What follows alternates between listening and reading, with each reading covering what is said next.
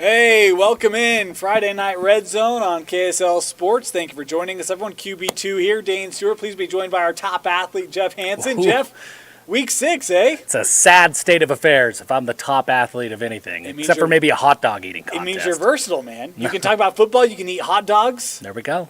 Multiple. Man of many skills. Yeah, disguising coverage. That's what right. I do. We got great games for you tonight. We do. Up and down the state. I mean, truly up and down the state. We're in Cache Valley. We haven't been up in Cache Valley in a long time. I know, right? Got to go to Gosner's. Yeah, that's absolutely. A free plug, by the way, if you ever need or want cheese curds, Gosner's, A+. We got Orem at Skyview. Interesting game there, right? You talk about Skyview, one of the best teams in 4A, Orem, one of the best teams in 5A, top 6, I think, in our ranking. So that should be a fun one. And a Skyview team that seems like they figured some stuff out. Big win over Mountain Crest. They got off to a slow start to begin the year. Seems like they're a different Skyview team right now, so they're catching Orem at a good time. That's a big opportunity for that program, to have a school like Orem come all the way up to Smithfield. That's a big game. Always a gritty group. Yeah. And now you add our Coach Alder, very physical style. Yeah. Right? That'll be a really interesting game. We got Westlake Skyridge. Skyridge looking for an opportunity to bounce back this week. Yeah, I mean, can the Westlake offense find points? That's going to be the question there. I am excited to see what the Westlake defensive line does against this really tough Skyridge offensive line. Skyridge doesn't have the playmakers on the outside that they've had. It's been a lot of Canil Sweetwine making some stuff happen. And Westlake's really well suited. They've got Saleh Fano, they've got Nusi Tamoy-Peao. They've got some pass rushers that could make Sweetwine's life a little bit tricky tonight. Can they keep pace offensively? That will be the question. I love you bring that up. Westlake's actually one of the better defenses in 6A. Yeah. It doesn't get talked about a lot because they haven't won a lot this year, 1-4, but that defense has been tough. Yeah, they're very good. PG Lone Peak. This one will be interesting. Always a battle, a lot of turnover at PG. Lone Peak coming off the loss this last week in California, a chance for the Knights to bounce back. Yeah, Lone Peak they're going to be looking to get right for sure. And PG's had some struggles. These are two schools that they tend to play each other really well, so we'll see what comes of that game. One more game we got for you, too, and this one's going to be hard to see for about the next 30 minutes. But as the sun goes down in Salt Lake Valley, then it gets really beautiful. Alta and Highland in a great battle in that ever difficult Region 6. Yeah, Region 6 is tough. Highland is kind of the unsung hero of Region 6. We've talked a lot about Brighton, Olympus, West, Alta, but Highland has had a really, really strong first half of the season. And if they can come in and make a game out of this one and maybe sneak out a win at home against Alta, that kind of says to the rest of the region, hey, our start isn't fake. We're the real deal too. Yeah, it would be perfectly on brand with what Region 6 has provided so far this year. A lot of other interesting games. Davis-Weber, maybe the start of, maybe the region championship in week 1 of region play or week 2 of region play. Yeah, certainly a big game. College talent throughout, which is, for a Region 1 matchup, that's big, right? To have that much college talent. Really excited for that game. Favorite place to watch a high school football game in the state is up there at Weber. So really? That's an exciting game. If you're there, if you're listening, you're on your way to the stadium. It's a long walk from the parking lot to the field, but it's worth it. Go do it. That's why you want to get there early, get that upper parking lot, right? Yep. It's beautiful if you're on the northeast side. The south side, you don't have quite the same view. That's true. Looking at the mountain, but it's great different. nonetheless. Hey, let's head out to Weber. Davis on the opening possession here. Darts at the 50-yard line. Before he's wrapped up across midfield. Yeah, host of Weber Warriors. That's what they're going to have to do all night. Show up and actually start making those plays right at the attack there. And you got to bring a bunch of guys to the party, and that's exactly what they did. Ian Elmore with that tackle right there. He's third on the team right now in tackles. There's a reason he's right there in the middle. Second and short. They still spread it out. Trips to the left. Bessinger's going to hand it off. Talbot. Weber almost gets him the backfield, but he gets free on the edge. Picks up the first down. All the way down to the 42-yard line. Yeah, Trey Barnes is the leader of this defense in terms of, a lot of these. He's there at the edges, and he's making a lot of these tackles. Had him wrapped up in the backfield, and Talbot just kept churning and was able to keep that thing going. He was going to get caught up for a loss. Ends up picking up a nice gain, including a first down, and now they're in Weber territory. Bessinger getting the call from the sideline. Here's Sparrow at the bottom of your screen right here, too. He's the All-State wideout. As a freshman last year, honorable mention All-State.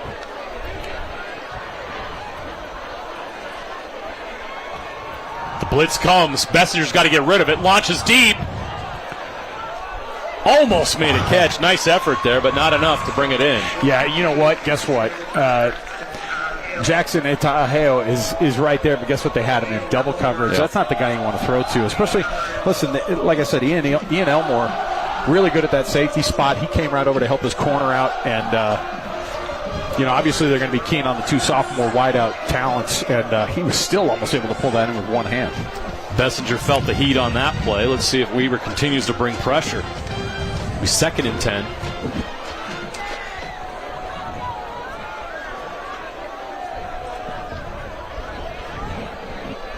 Now they come in motion. Handoff. Owen Talbot. First down and more, all the way down inside the 30, down to the 27-yard line. See, that's what Davis loves to do, too. You spread it out, you throw to the edges, and you got to keep those guys honest when it comes to this thing. And then as soon as you do, a nice counter or a draw in that case to Owen Talbot, that picked up an easy first down. And that's how it gets you, because you start keying so much on that wideout talent. And it starts to get to you, because even Tyson Baggett, number one, they love throwing the screens to him. So you start to respect that, and then suddenly the middle opens up for everybody else. This Davis offense is rolling here on their first series. Bessinger hands it off. Talbot again. This time Weber wraps him up pretty quick. Yeah, Caden Lindholm is leading the team right now with Weber. He's got 47 tackles on the year. That's good for 10-plus per outing. Coaches expect a lot out of him, and on a night like this, when you're going to be tested on the offensive side of the ball, you're going to absolutely need him.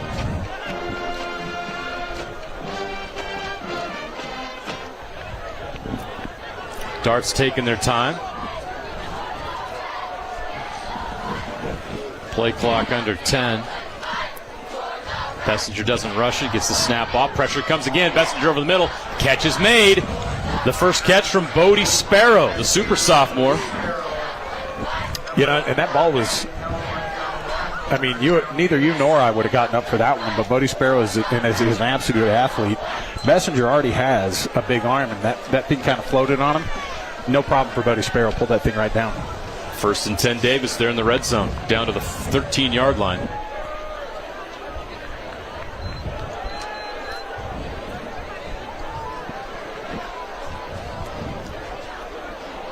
Handoff. Reverse. Bessinger with a block. Tyson Baggett into the end zone for the touchdown. Tyson Baggett, 13 yards out. A well-executed reverse gives Davis the first score of the game. Yeah, you said it during the middle of the play, too, JJ. Guess who throws the... All right, good opening drive there for the Davis Darts, taking an early lead, Jeff. Got to see a little bit of everybody there. Bessinger at quarterback making it all happen. Bodie Sparrow has a big catch, and then Baggett is kind of the unsung hero of that offense. He doesn't get talked about because all the other headline guys, but Tyson Baggett's been great. He's been great. We're going to head out to Skyview. Orem got an early touchdown, long play to Akana. Bobcats on the ball across the 50 here. It's incomplete. It was a forward pass, so the ball is dead, incomplete. That now brings up 4th down and 6. We'll see what Coach Alder decides to do, and it looks like he's going to bring out his punt team.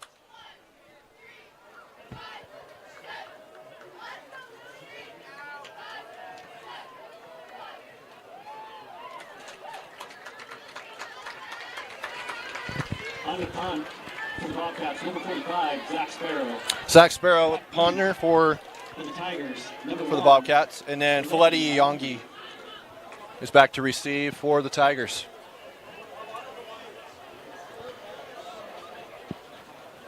Beautiful night here in Smithfield, Utah. A nice drive up as well, up I-15. A Sparrow boots it away. Skyview punting there. Let's head out to Skyridge. The Falcons got an early stop. Nice return.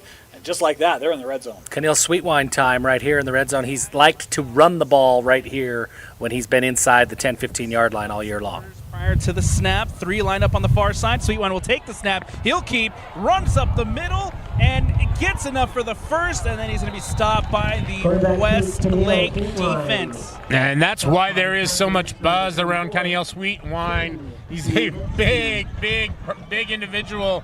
I want to say boy, but he's almost a man at 6'4", 190 pounds. You can see how he can just carry defenders there. in the middle. It's a great weapon for this Skyridge run attack. It's another spot Trouvé first down as another handoff to Selu, and Selu's into the end zone. Skyridge open up the scoring with a touchdown. Selu. Well, it's a great day at the office when you have Ben Howard paving the way.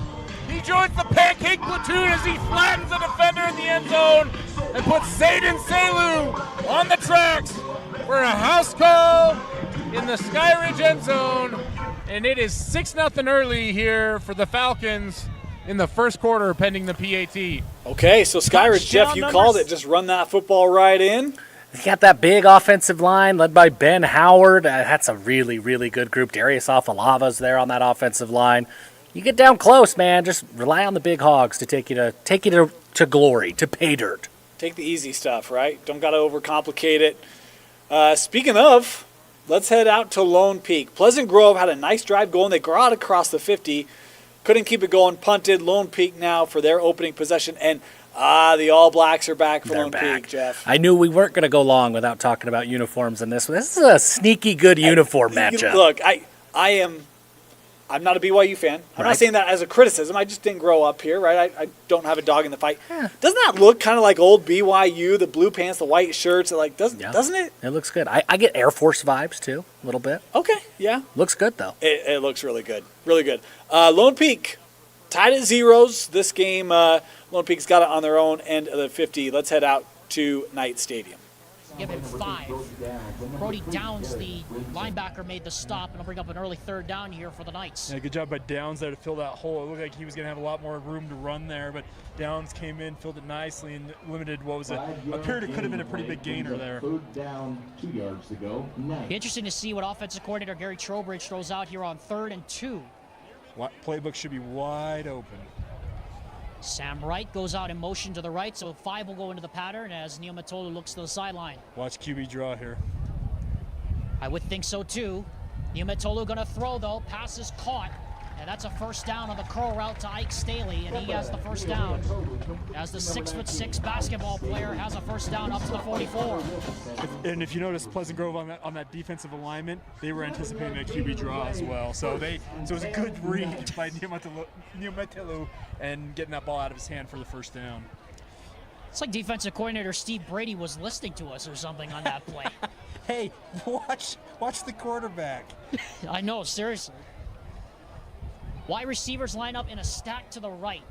That's a new wrinkle. 1st and 10 from the 44. Mayberry comes back in motion. It's a play action by Neil Matolu, and he's got 2 men open. Penalty flag goes down. Yeah, that's going to be. Or rather, a hat, I think, goes down. Or did anything go down? I don't think anything went down on that far sideline. Well, and Neil Matolu, and you were about to point it out, Neil Matolu had a man wide open. Yeah. Running over the middle. Luke Christensen, the converted quarterback, was all right, we're going to take you out to Highland. Alta moving the ball on the ground here, Jeff. Yeah, I mean, that's what I think this Highland defense is going to give Alta. There's a lot of options on that Alta passing game. So I think that Highland's going to say, hey, look, run the ball. Let's see if you can do it. It's one thing that we haven't seen a whole lot of from Alta this year. I think they can. We just haven't seen it on tape a whole lot. We talk about guys who or aspects of the game that don't get talked about a lot.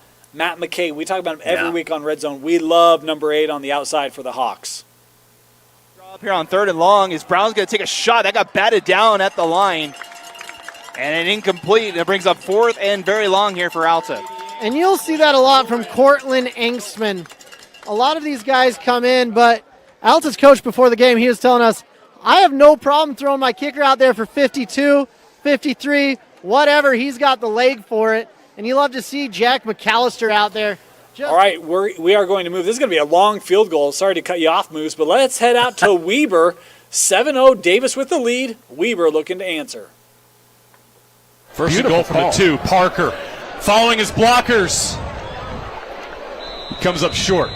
Very, very close. Just inches away from the goal line. So he's second and goal. Plenty of distance. Oh! And he hit it and then some. A 51-yard field goal for Jack McAllister. Now my second favorite kicker ever to come through Alta, with me being number 1. But man, what a leg, what a boot. We've got 2 lefties coming in here, and it's a fun game. That keeps teams uneven. Loaded backfield, catch it, Carney takes the snap, hands it off to Parker, into the end zone for the touchdown.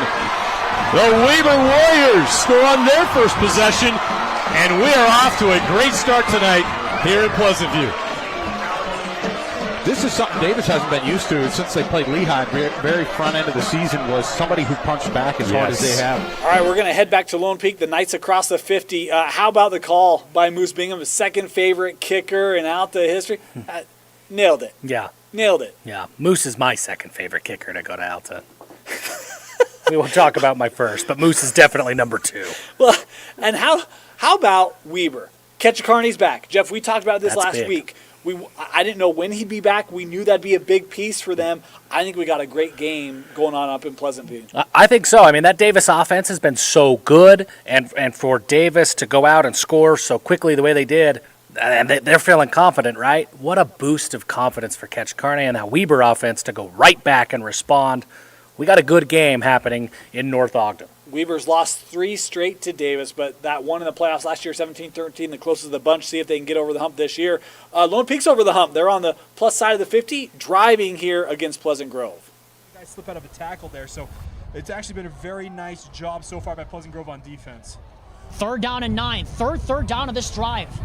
Niumatolu fakes the play action, throws to the far side, and throws it high. May have actually been caught up in the wind.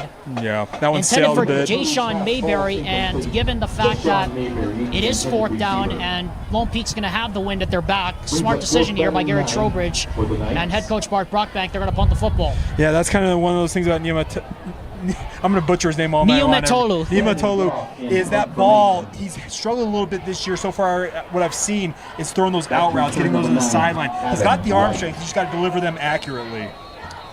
And we have a timeout called by Taylor Walkenhorse, as it didn't look like anybody was set for the right side of that line. So we'll take we're going to pivot out to Skyview now. Orem had a long touchdown run. Skyview back on the ball across the 50, a drop there, but boy, this is a critical drive for the Bobcats, Jeff. This is a big deal for Skyview. Look, fans of the Red Zone know Skyview's near and dear to my heart. My parents are Skyview people. They're both from Skyview. Some friends, people that I know, we're not going to talk about who, but maybe went up to the top of the road at Skyview High. There's a hill, and some kids may have rolled basketballs down at cars at Skyview. The kids that I know a long time ago, well beyond any statute of limitations, so we could talk about it freely. Yes, Skyview, it's near and dear to my heart. I hope the Bobcats show well. I'm glad that they're moving the ball a little bit. You're looking at me like I have really upset Jeff, you. We used to be friends. I didn't know you were one of those kids. I know. Let me tell you about those kids. Oh, no. Twice now. Twice. I've been driving home after work. Long day, we get out of the studio here about 10:30, 11 o'clock, driving home. And in a certain area with one of the top football programs in the state that's located around the south end of Salt Lake County, I won't instill any high school names, twice now I've had objects thrown at my car, donuts and pastries, late at night. Don't really love that. Those high school kids. Man. Well, as soon as you started talking about it, and I professed my love for Skyview, said, hey, I hope they show well. Orem comes up with an interception. It feels like now I've been punished, so you can drive home freely tonight, and now Skyview can get back. So that interception might be on me. I've had to change my route. Yeah. Because I just don't trust that road anymore. Because now there are kids running around throwing pastries at cars. Youths, man. Street youths everywhere. All right.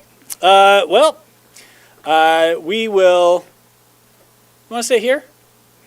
Yeah. Yeah, let's stay here. Let's stay here. Let's get out to Skyview. Hayden Kava. Option pass out to Owen Bills. He's out to the left side. He'll get down at about the 26-yard line. See where the referee spots it. And, yep, that's exactly where he's going to go, the 26-yard line. So that's a gain of 4. Number 18, Cooper Carey. Oliver Bills also can play quarterback, but they like him at running back. Pisfletti Yongi, as you can see, he's lined up next to Kawe Akana. Or excuse me, that's not Kawe Akana. That's Kawe Akana on the far sideline, and he gets out of bounds near the first down marker. He gets down at about the 31-yard line. Gain of 5. And now, Play brings up 3rd down and 1 to the Tigers. so 3rd down and 1 to go.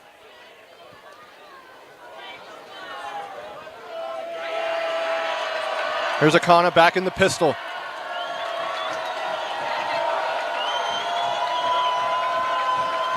Oh, he'll hand it off to, looks like, that is Floody Yongi, and he won't get there. Tackled at the line of scrimmage. So that'll bring up 4th down. We'll see how aggressive Coach Reynolds is. It looks like he's keeping his offense out there. That's very risky. See if they just do a tush push. And they pretty much do without the pushing. And he gets the first down, Taden Kava with the quarterback keeper. So that'll keep the drive moving with 5:40 to go here in the first quarter. The clock is running. On that sneak. They went really quick on that quarterback sneak, trying to catch Skyview off guard. All right, we're going to move back out to Davis. The Darts just had a big play. They're now knocking on the door of the red zone. No, we might have a shootout in this game. Hale with a 7-yard gain. 2nd and 3. Back to Talbot. Cuts it up. Driving his feet. You're noticing what the pattern kind of is here. Get the ball out to the edges, and then you wait on that delayed handoff or on that counter. This offensive line does a great job of making sure that Bessinger has that protection, but it also works in those counters and in those draws because they open up those gaps so much. 1st and 10 from the 11.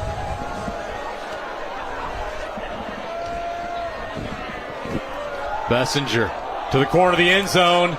Too much. Bodie Sparrow.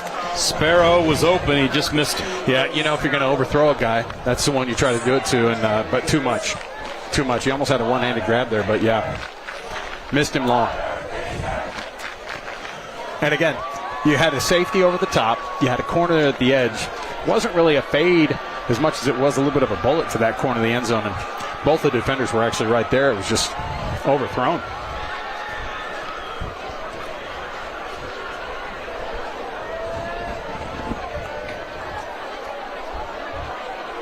Second and 10. Look at Bessinger out wide. Guess who's taking the snap? It's Hale. He gets blasted, sent out of bounds, so they switch it up a little bit there. Yeah, Bessinger they actually put out there as a dummy, as a wideout, but you know what that turns into for him? He becomes an extra blocker, which is exactly what he did. I don't know if I want my quarterback out there throwing blocks on the edge there, JJ. No, but the thought of throwing to a 6'5" receiver isn't a bad idea either. Not bad, yeah. So he could certainly be a threat there. 2:52 left here in the first quarter. We got a timeout. Yeah, it's a 3rd and short here. They still can get the first down to the 1.5 or so. So you wonder if they're going to do the deal where this is 4-down territory. You have 2 downs to get basically 3.5 yards. Still try to get that first down. Yep, 3rd down and 3. The ball is on the 4-yard line.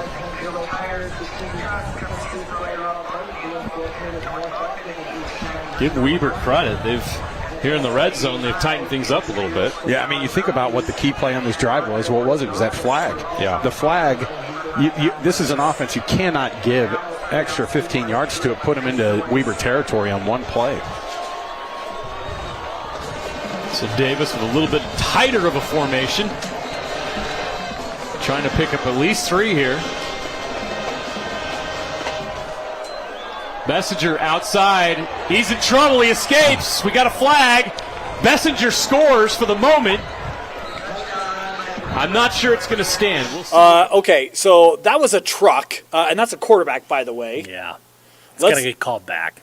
It will, but that doesn't negate the fact that it was amazing. Bessinger just literally mowed a guy over. Yeah, that was impressive.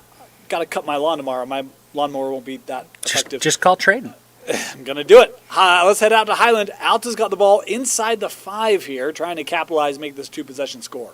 Very differently than his brother, who was an offensive tackle.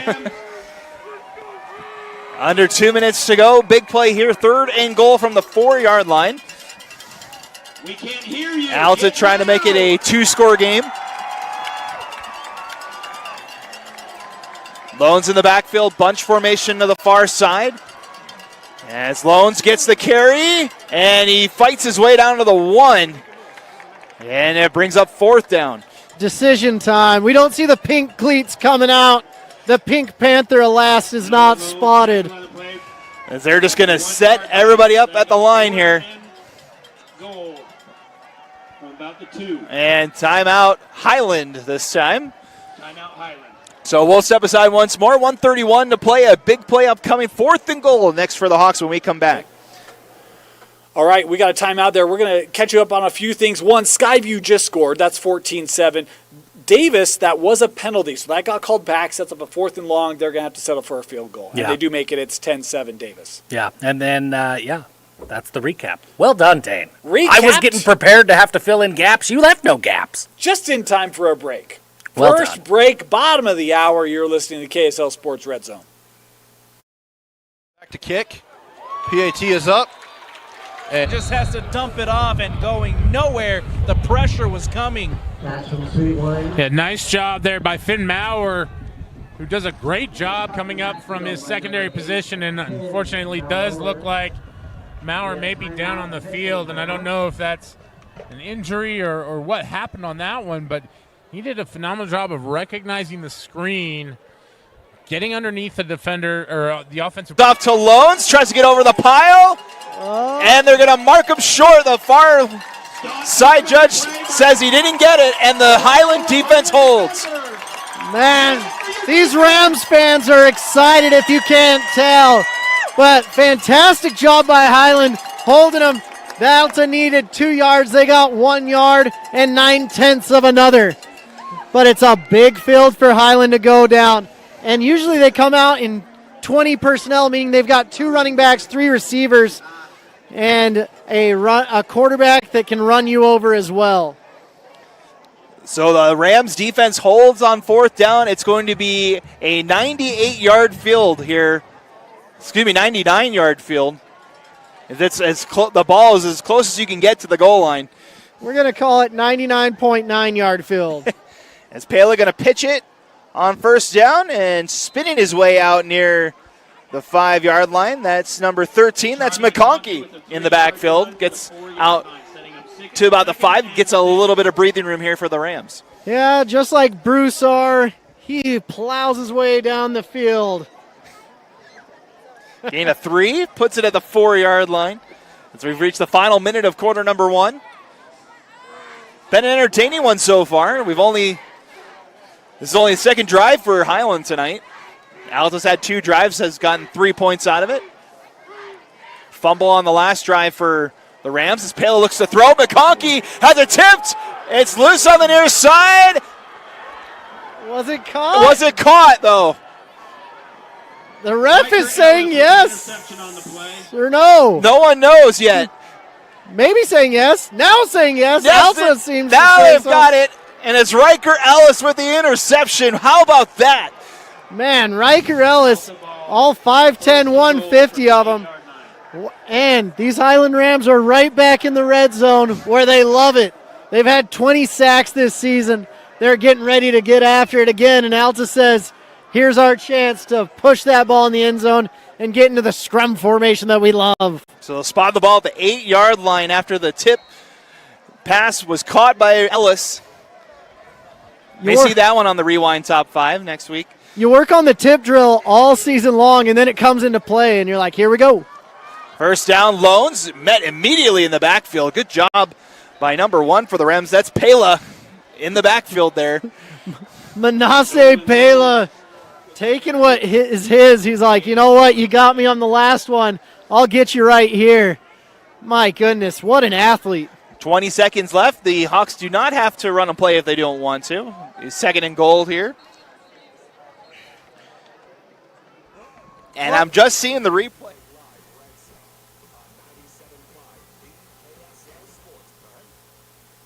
Hot Mike, we're back.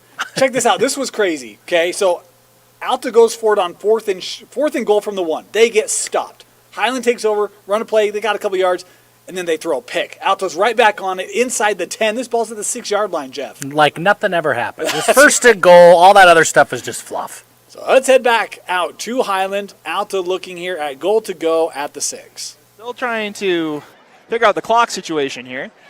You know what? Sometimes the refs just make the game about them a little bit. Need 6 yards to go on second down here. 26 seconds now on the clock. And now the clock will run. Hawks looking to find the end zone. Brown fires over the middle. That one's tipped and incomplete. Pela got in the way of that one. He didn't get in the way of that one. It was perfect coverage. Long arming it. What a stud.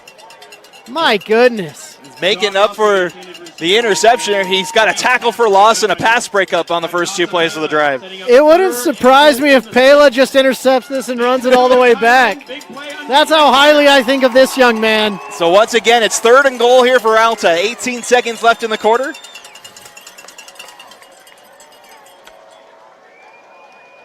McKay in motion as they send trips to the right.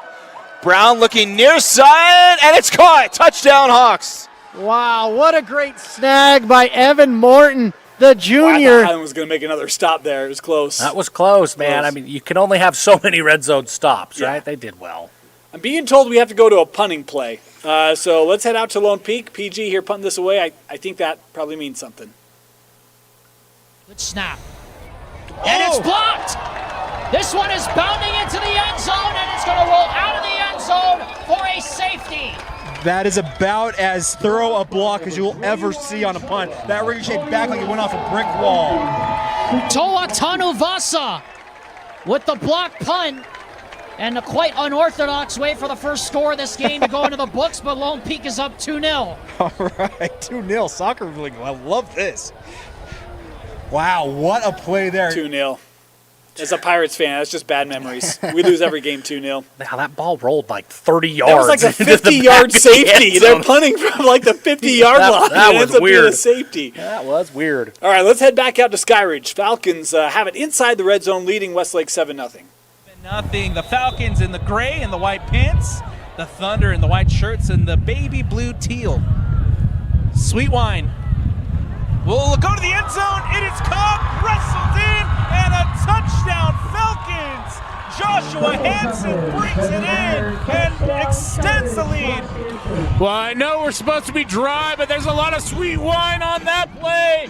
You see Cunningham finds the receiver, rifles it in there. 14-0 Skyridge. It's up to that Westlake offense. That's what we talked about in the pregame day, and that Westlake offense is going to have to find a way to keep pace, and that's a tough defense to do it against. It is. It is. We're going to head back up to Skyview. Orem had the ball. I thought they were making a little bit of a move there, and next thing you know, Skyview has it again. It's a stingy Skyview defense, and if they could find some confidence on offense, prove they can move the ball, they might have something here. That game is at break, so let's actually, let's see, we got a couple things going on. You want to go back to Weber? Let's do that. You can see it right here. It was too high for his own receiver. Then it's tip drill. Guess who's going to catch it? I think he was trying to throw it to 84, and the other receiver came up for it. I know at least one pick six on the season for Bodie Sparrow. But when that guy gets the ball in his hand, doesn't matter if it's on offense or defense, that's a guy who's it's an easy catch for him, and then he does so much work after the catch and after that pick. I mean, he set him up here on the 15-yard line. Short field for Davis. From the Weber 15 to start this drive, thanks to the Sparrow pick. Owen Talbot tries to get outside, gets a few.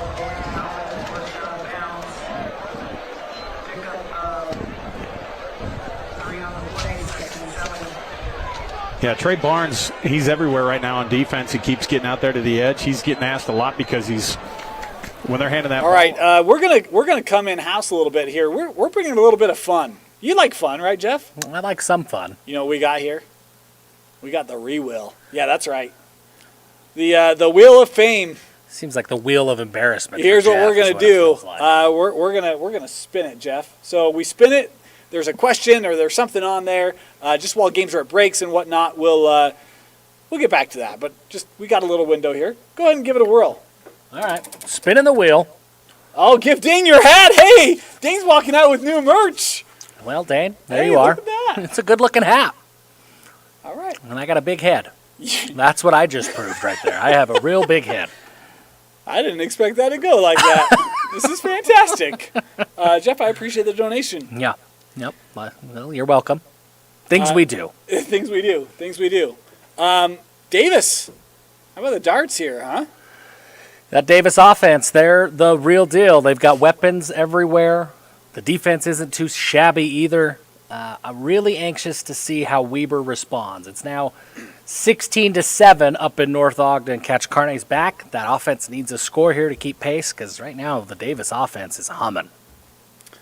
They are, and they look really good. We were talking about it. Bessinger, that kid. He's good. I don't know, man. Maybe one of the under-recruited players. I think so. I think he's absolutely a college player. I think he's probably a high-level college player. He's got the size. He's got the arm strength. He's going to have the tape. He's got a lot. He's got everything you look for. Somebody's got to pull the trigger on an offer, and I think more will follow suit very quickly. Well, maybe the old Vandals of Moscow, Idaho need to look at this kid. We'll see if we can take care of that. We got Skyview inside the red zone. Skyview, this offense, they've found something here in the second quarter. They've looked a lot better. And outside of really two big plays, their defense hasn't been bad. Yeah. They've gotten some stops, a couple of explosive plays for Orem, but that's the difference. Yeah, and this is a tough Orem team. Now, it's also tough for Orem. That's a long drive for Orem. They're going into a community they're going to rally. That's going to be a tough place to play. If Skyview can get on the board here, they're inside the red zone, and they can tie this game up, Smithfield's going to be crazy inside that stadium. And the reality is if you're Orem, this is a really hard game to get up for. Because you've got a long trek up. You can't eat cheese curds before the game. No. And Goster's is going to be closed after. Yeah. So you're making that road trip to Cache Valley, and you're not going to get cheese curds. Yeah, it's not great. I mean, good luck. Look, I've gone up there before. When I don't get cheese curds, I'm just kind of in a bad mood. Yeah. And you aren't your best. Well, you're kind of in a bad mood when you do get cheese curds too. So you've never seen me with cheese curds. I'm just Jeff. making a safe assumption. There's a lot of nostalgia that come with cheese curds in Dane's life. Let's head to Skyview. Clark finds deep and catch a touchdown. There is a flag on the play as Liam Guthrie makes the catch. We'll see what the call is. But a great route and an even better pass from Jack Clark. And it's a penalty on Orem, which will be declined, and a touchdown for the Bobcats. So on fourth down, Orem gives up a touchdown to Skyview on a great pass from Jack Clark to Liam Guthrie. And on the air, that is Guthrie. All right, so Skyview, how about the Cats, huh? Man, I mean, that's an impressive drive. Look, the way that the Skyview offense has done it, these have been long, methodical drives, 10 plays, 12 plays. This is interesting. We just had an interception at Alta, a tip reception, if you will. This was all sorts of problem for Highland. A lot of pressure in the backfield, kind of thrown off the back foot. Never a good recipe as a quarterback. No, never good.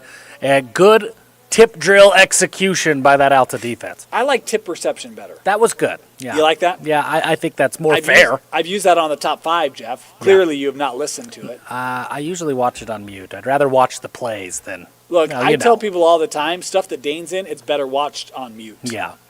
So that's fair. Live look out at Lone Peak. Oh, what a snag. Whoa, what a snag for that's the a Knights, Mayberry. eh? Holy cow. What Mayberry? I believe so. That's one of the Mayberry boys right there. That was an impressive catch in the end zone.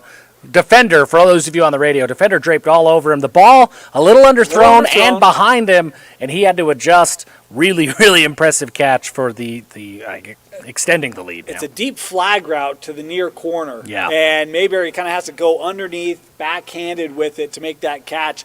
With that, Lone Peak now 16-0 this game early in the second quarter.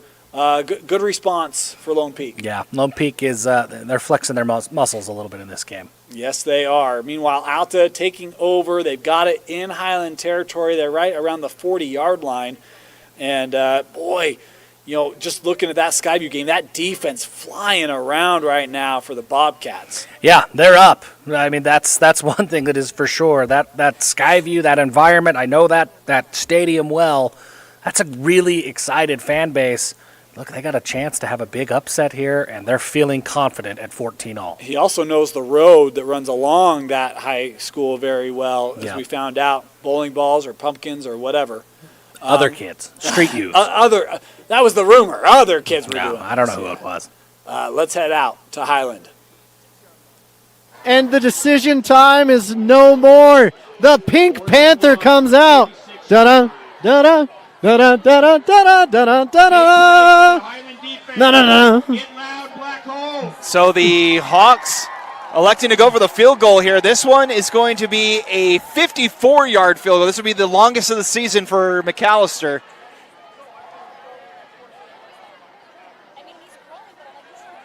Snap's good, holds good, and he lets this one fly. It's got enough distance. No. 54-yard field goal attempt. Just short. That's a big stop for the Highland defense. So the long field goal attempt is missed. Just not enough on the foot there, Moose. What's absolutely crazy to me is the Pink Panthers not even using a tee. So in high school, you're allowed to use a 1 or 2 inch tee. This kid just goes out there and he uses nothing.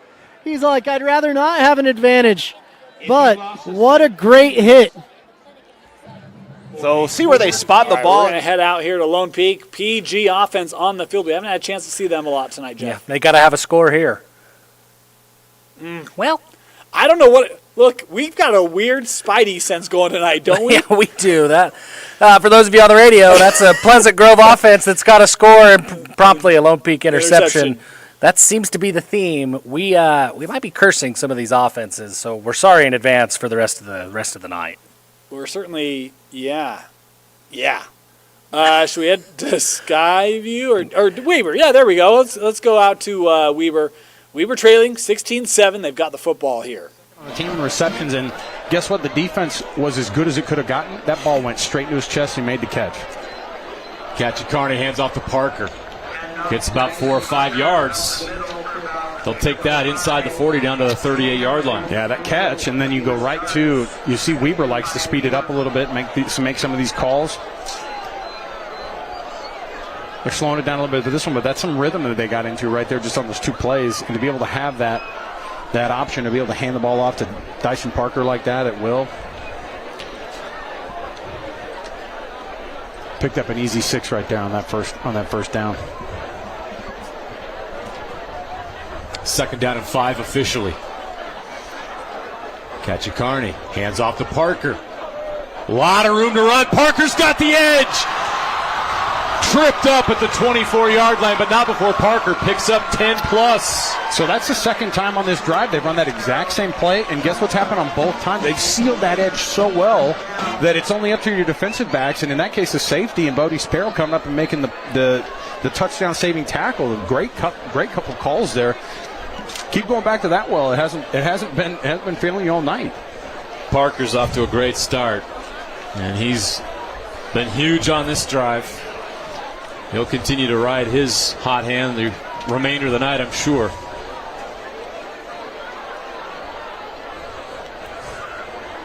Blitz showing by Davis. They bring pressure. Parker beats the pressure. Still going inside the 15. His teammates help him down near the 10-yard line. They're going to mark him right at the 11. Another great run. That's going to move the chains. So you start to show that pressure, and what does that do?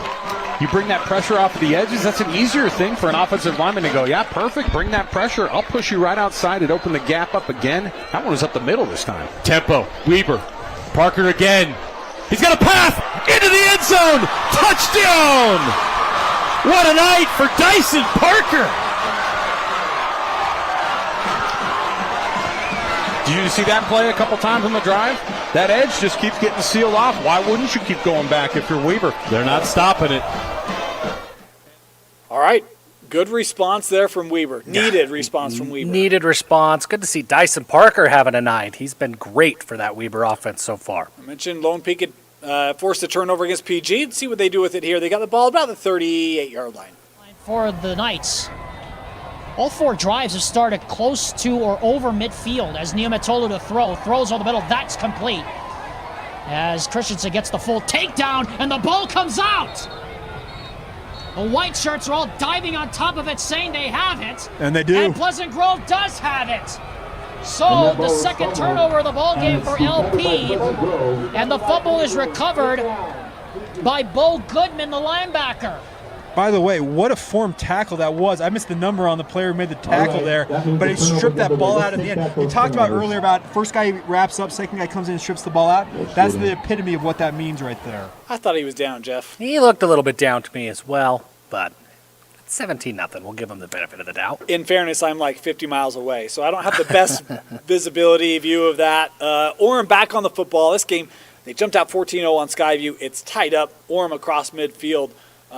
See if they can find some success against the Skyview D. Seems like the Faletti-Yongi game. This offense is relying on the run game here in the second quarter. And off to Youngie on the counter. Comes up the middle, gained maybe about 2 yards. Nope, they're going to give him 1. And that'll bring up 2nd and 9 now.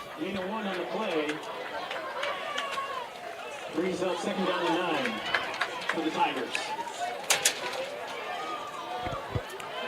Seems like Skyview does a really good job stopping the run when it's actually between the tackles.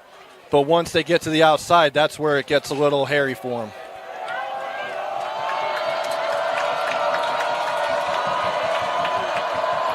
Here's Iongi on the play action. Kava finds Kauea Khan, and he's met immediately by a slew of Bobcats. First taken down by number 9. And that's Andrew Oxborough. He got the initial contact. That's just a quick hook route right there. Gain of 9 on the play. A 9-yard gain. And the Tigers, first down. That's number 7 with the catch. That's Easton Frazier. Yeah, Easton Frazier gets worked into the offense. All right, we're going to go somewhere. Where do you want to go, producer? Should we go back to Weber? Every other game's kind of stalled right now. Davis with it, leading by 2. So hard to cover 4 or 5 receivers that this Davis team will put out there. Now a tighter formation by Davis. See what they run here. Messenger. They pursue him. He's hit, but he's wide open. The catch is made. Baggett. Tyson Baggett again. Fighting off defenders. Ooh. Finally wrapped up inside the 20. Yeah, it was a touchdown-saving tackle right there. Looks like he may have gotten his face mask, but the referees didn't see it at the end. It didn't matter because that was still a good 55, 60-yard pickup on that play. What a throw by Messenger. Under pressure. He was under duress and saw a wide-open Baggett just in the nick of time. He was another split second away from getting sandwiched by 2 Weber defenders. All right, 1st and 10 from the Weber 18. Bessinger's going to throw it over the middle. Catch is made. Brought down by Jackson Ida Ihau with the catch. Yeah, Jackson Ida Ihau is one of those sophomore wideouts. He's already got 3 catches tonight, taking chunk plays too. Davis says, hey, you know what, Weber, if you're going to go tempo, we will too. They're getting right up to the line. 1st and goal from the 4. Bessinger's going to throw it. He's in trouble. Rush comes. He escapes it. Back of the end zone. Catch is made. Touchdown, Davis. Bodie Sparrow. Bodie Sparrow has a touchdown. Number 7. No, that's Frazier. Yeah, Easton Frazier. Easton Frazier with the catch. You're used to seeing that number 2 with the catch in the back of the end zone. Excuse us. See how these Davis uniforms are. We're up in the booth here. That 7 looks to look like a 2 from up here. We got a flag on the play, though. Yeah, we got a flag. When a play gets stretched out like that, you wonder if one of the old linemen stayed on his guys a little bit too long. See where they want it. They're asking the Weber coach here, so it's probably on Davis. Yeah, this might erase. Good. Oh, it's good. After the play, dead ball, unsportsmanlike. On the offense for Davis, number 1. That is his first unsportsmanlike of the game.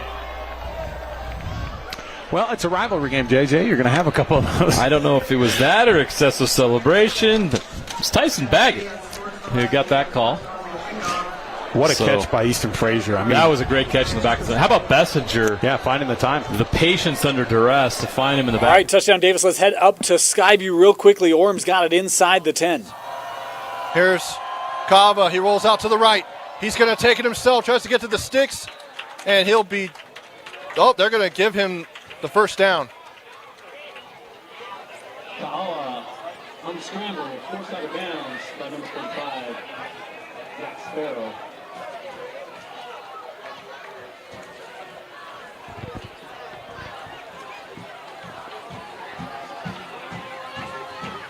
Brings up 4th down and 1. Okay, we're good. Now, hand off to number 4. That's Riker Mickelson, the Pleasant Grove transfer. He actually transferred to Pleasant Grove to play basketball. And Coach Reynolds is like, why not use him for football too?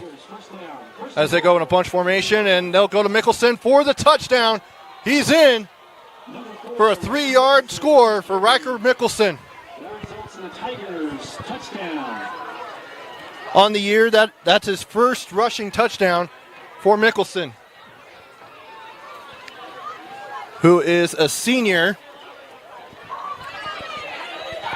And with 4:38 to go. Hey, Orem back in front.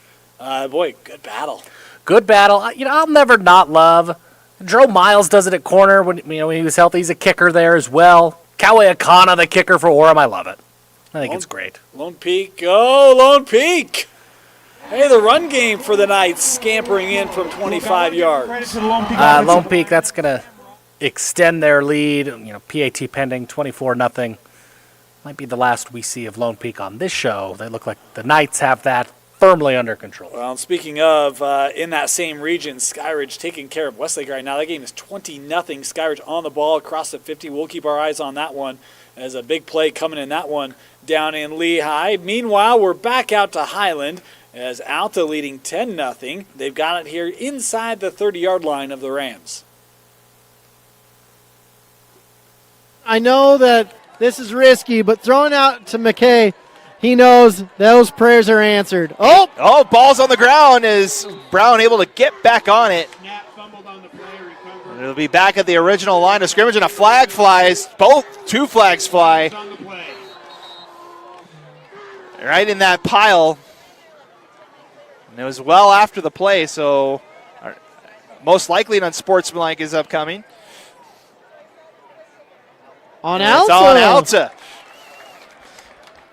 Something was said, something was thrown. Who knows? Something happened in that pile, and it's on Alta after the play, so count the down and back it up 15 yards. I usually say earmuffs when I hear about the personal fouls, so I had mine on up here.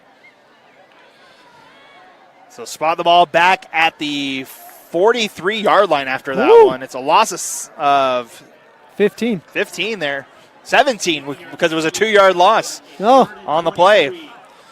So the Hawks need to get down to the 18-yard line for a first down. At least the 35. 5 wideouts again here for Brown. Time in the pocket, fires over the middle, and it's incomplete. Good coverage for the Rams. And another flag flies late. Maybe calling a helmet to helmet.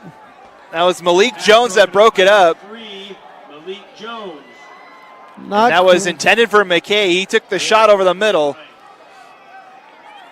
As that flag came from the white hat behind the line of scrimmage there. Yeah.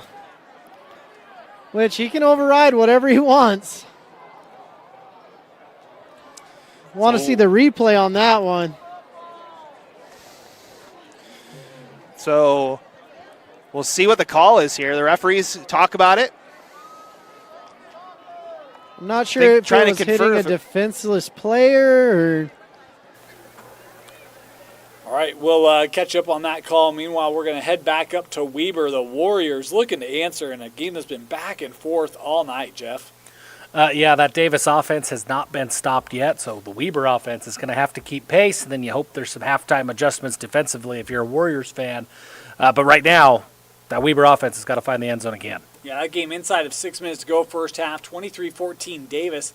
And Weber had it inside Davis territory. A flag here as we'll get that call from up north. That last Davis touchdown, you know things are going well. You're Easton Frazier. He comes down with the touchdown catch, and he looks like Bodie Sparrow. He plays like Bodie Sparrow. It was an impressive enough play that the announcers, JJ and Kiri up there, said, hey, that must be Bodie Sparrow. Things are going well in Kaysville when you've got everybody looking like Bodie Sparrow. Well, and this is, this maybe sounds critical. I was like, I don't think that's Bodie Sparrow. Well, but, I think Bodie wears 2, right? Yeah, he does. 7 and 2 can be hard. Similar. I'm not saying that to criticize them, but I'm just like, yeah, Bodie's a different cat. Yeah. You see Bodie, you're like, that's Bodie Sparrow. He is unreal, no question. Yeah, he is. You see that flag there. We are coming up against a break. So let's go ahead and take this. We're going to take a break. Top of the hour coming up. You're listening to the KSL Sports Red Zone. If you're Davis's head coach, if you're Coach Peary, you pull 50 off the field, and they did. And you'd say, hey, this is a Region 1 game here. We're on the road. You got to give us a better chance than that. You cannot get mouthy with the refs. You cannot get in somebody's face.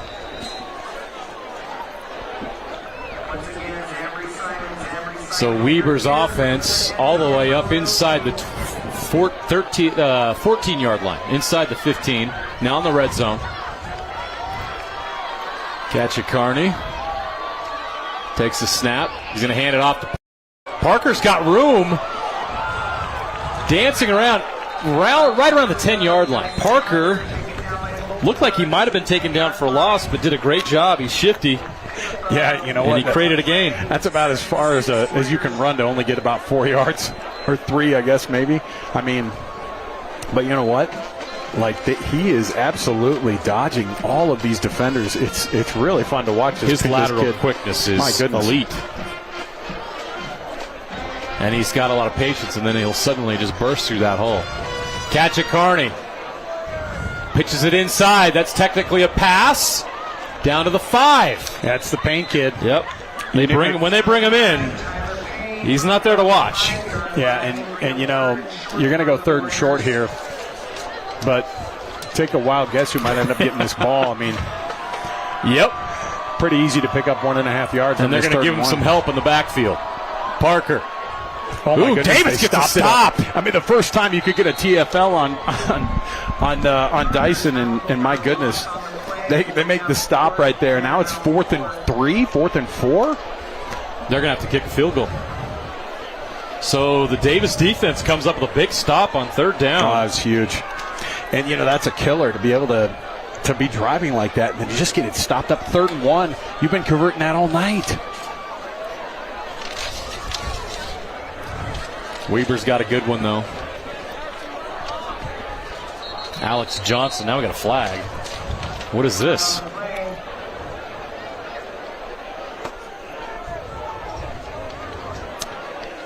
Is that on the defense? Well, pre-snap, you usually... Dead ball. We have disconcerting the snapper. That's a first down. Number 50 on the defense. Half the distance. Scratch that. No field goal attempt. Weber's back on the field with their offense with a new set of downs. Look, I know that you have your guys on defense, but on this one drive, you have one player who has basically either kept the drive alive. I mean, that is huge. And what that is he's faking the snap count for that center and for the quarterback. And they catch you doing that, and it's bad news. They go half the distance. That's an automatic. That's a huge play call, especially after the TFL. And now Weber's got a shot at the end zone. It'll be goal to go from the 3-yard line. What? I don't know if because it was a half the distance penalty. Well, they're going to measure it. Yeah, and I think that it might still be 4th and short here, depending on where that spot is. This is interesting. They're going to do the measure, but so it's not an automatic. It is not automatic. There are no automatics. But it is a first. They gave it to him. Yeah. So we don't have to worry or speculate about what they're going to do if it was short.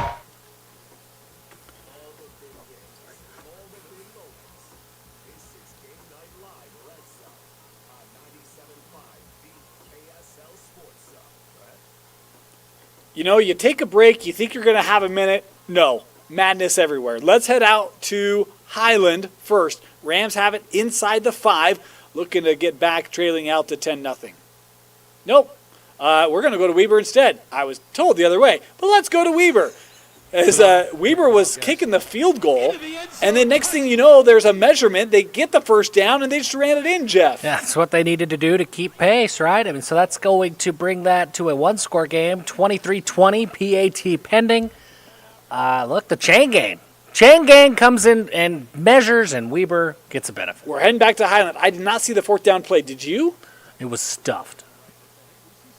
But dragged down in the backfield. As that's number 20 for the Hawks. That's Kaysen Torrey in the backfield. Camden last week had almost 700 yards of total offense. 700. That's crazy. It was a back and forth affair between Alta and West last week. Yeah. West getting the late score to take the lead for good. As we're down to the final 75 seconds of the first half here. The Rams trying to get on the board. 3rd and goal from the 4.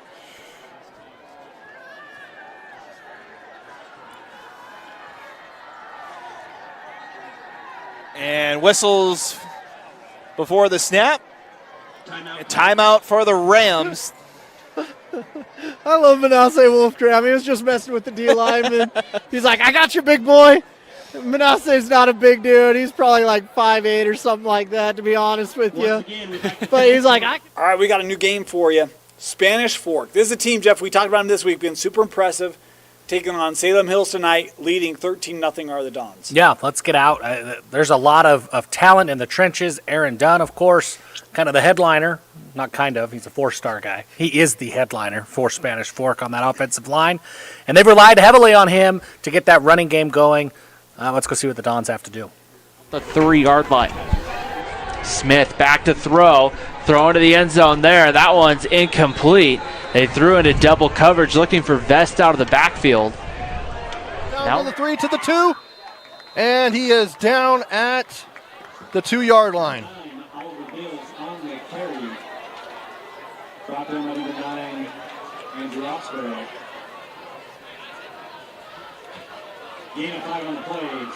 So that was about a 70-yard run, almost.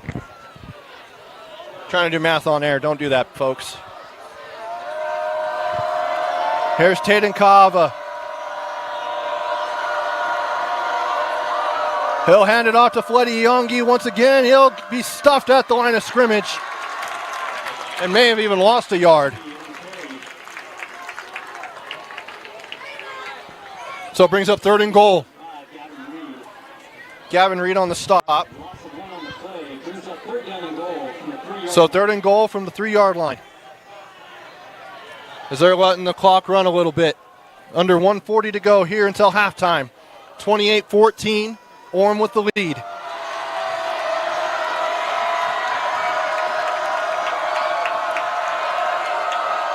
Now here's Kava. Does some checks at the line of scrimmage with his wide receivers. Drops back, throws a fade route. Got Conway Akana wide open, touchdown. They're probably going to call it a hold, though. Looks like maybe on Jackson Sanders.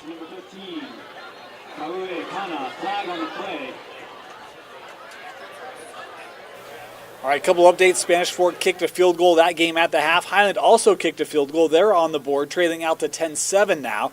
We're going to head out to Weber. The Warriors had that touchdown, back to a 2-point game. Finally got a stop defensively. Weber has the ball again and has a chance to take the lead before halftime. Yeah, they got this ball down in the red zone. This is right around the 20-yard line. Weber with a chance here to take a lead. 3:14 to go in the first half. And some of these guys are way bigger than they are. Doesn't matter. Weber's been pushing these guys around on that left side all night long. Weber driving to take the lead here at their homecoming against their rival Davis. Oh, we got movement. So a mistake for Weber. Yeah, that's that right guard. He stood up immediately and said, no, that was me.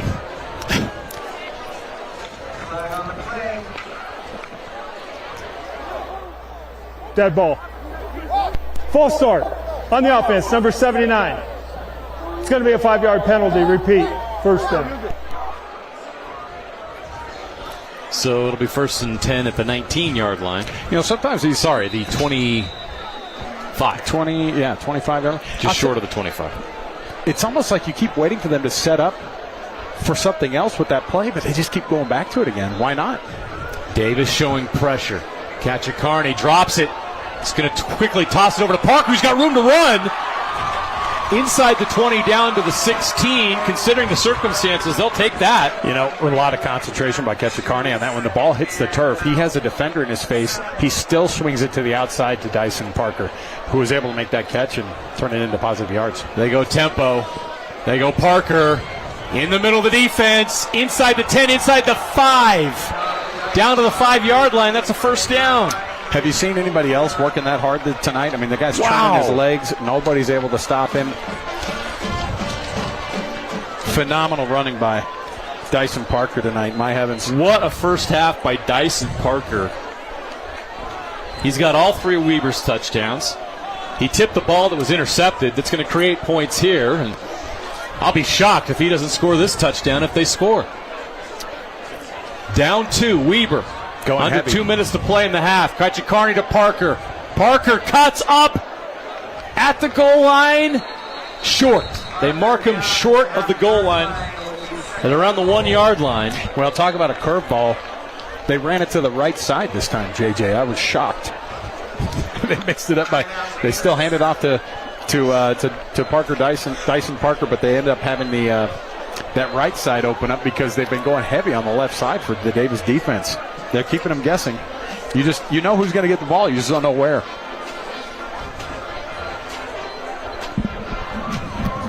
What a beautiful setting. Look at that view here in Pleasant View. There's a reason why I call this town that. It's north of Ogden. It's the kind of night you bring your homecoming date to. Fire. This is beautiful. Bring your homecoming date and say, remember when we went to that Davis Weber game? It was so beautiful that night. This is a great night. This is fun to be here. Yeah, the Weber student section all decked out in black. They have the black paint on the arms. They've done the black handprints all over their faces and on their bodies. My goodness. This is a wild group here. Guess who's quiet, though? The Davis student section over there. It's a lot smaller, obviously. They came up from Kaysville, but that side of the field filling in. Got more fans over than the Davis side. Here we go.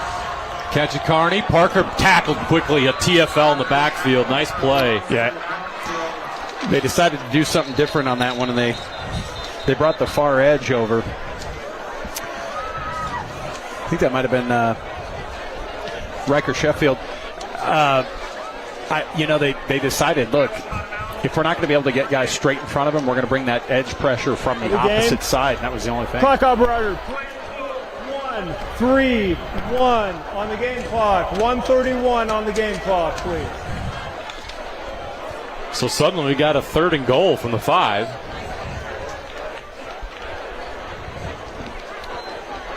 Timeout is called to decide what they're going to do here. So now what do? You get down to the 1, and you're not in the end zone? What do you do? I'm riding my hot hand. I'm going Parker Punch it in to the left side. They got you here. You think eventually Davis is going to figure it out, but there's those 2 plays, both of them within the last 2 times that Weber's come down inside the 5-yard line.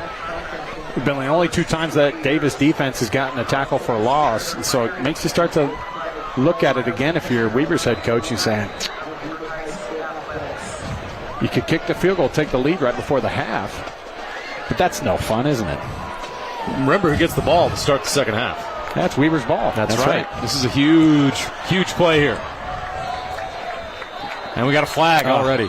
You got to convert that turnover into points, too. And if this flag goes backward.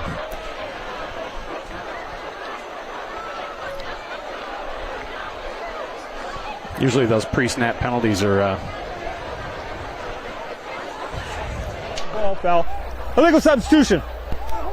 White. Half the distance. Repeat. 3rd down. So that doesn't give you a freebie on the first down, but it does take you to the 1.5. I mean, you have had 2 inside the 5-yard line penalties for Davis in the last 2 times. One of them made it a first down instead of a field goal kick. Those are awful, awful mistakes by the Davis defense. Weber trying to take advantage. 3rd and goal. Kachikarni throws incomplete. No flags. Look, I get it. You want to mix it up. You've tried to set it up all night, but if there's one thing that Davis has the advantage of, it's those defensive backs. You know, they're bigger, a little bit stronger than those guys. And look, I'm with you, JJ. You ride the hot hand there. I get it. They made it. They made Dyson Parker the dummy on that one and said, hey, we'll throw it. But Davis was ready for it, and they caused that 4th down. So Weber will settle for the field goal, but this would give them the lead with 90 seconds left to play in the half.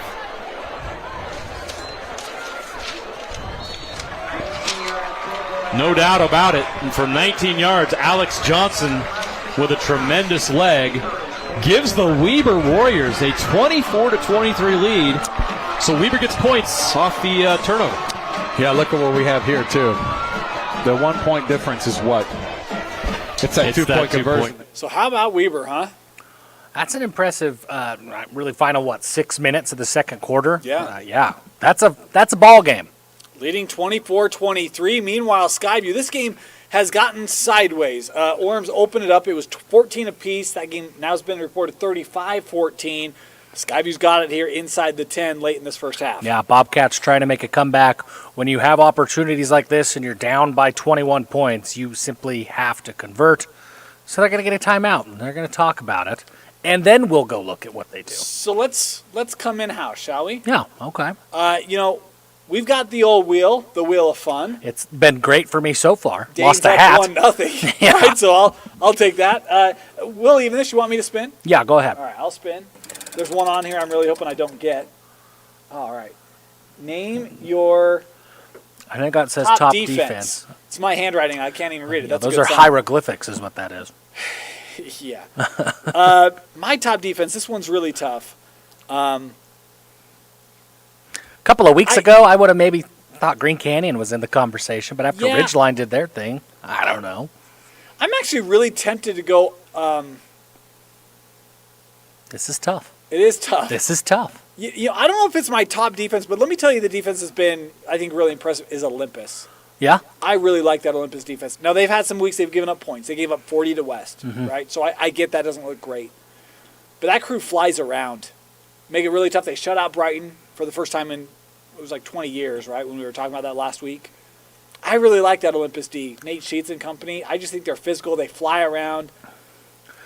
I've been impressed with them. They've looked good. I think I would probably take the layup, the easy answer, and go Lone Peak. I mean, the way that Lone Peak has played, they've given up a couple of points along the way. Yeah, that's fair. But given who they have played against, that Lone Peak defense, I think, is if you're going top defense, that's probably the right one, right? Yeah. Mine's probably more like an undervalued defense, right? Yeah. Olympus is probably more of an undervalued defense. Yeah. All right. Jeff, you're up. Okay. As Skyview has scored, good on them. What QB do you expect to have a big night tonight? Honestly, now it's halftime. It feels a little bit hollow to say disingenuous that the QB matchup of Trayden Bessinger and Crew Catch Carney. I thought that would be a really big QB matchup. Yeah. So far, it has been, and so it feels like I'm taking the answer that was already written on the paper. Like when you get a textbook in the old days and somebody wrote the answers, and you're like, "Oh, cool, I already know." So a little bit of that, but also that's kind of what I'm doing. I think those two quarterbacks are going to have a big night. Okay. I probably would have gone Jet and you. Yeah. Committed to Oklahoma State, taking on American Fork. I think we've seen that defense, air attacks have given it some problems. I would have probably gone with Jet. Yeah. I think don't know how he's doing, but, Yeah. Anyway. Yeah. They're up 21-10. Okay. So he's doing well. Oh, good for Jet. Yeah. He's doing well. We still got halftimes going on as you see just final seconds there with, again, Weber 24-23 leading Davis.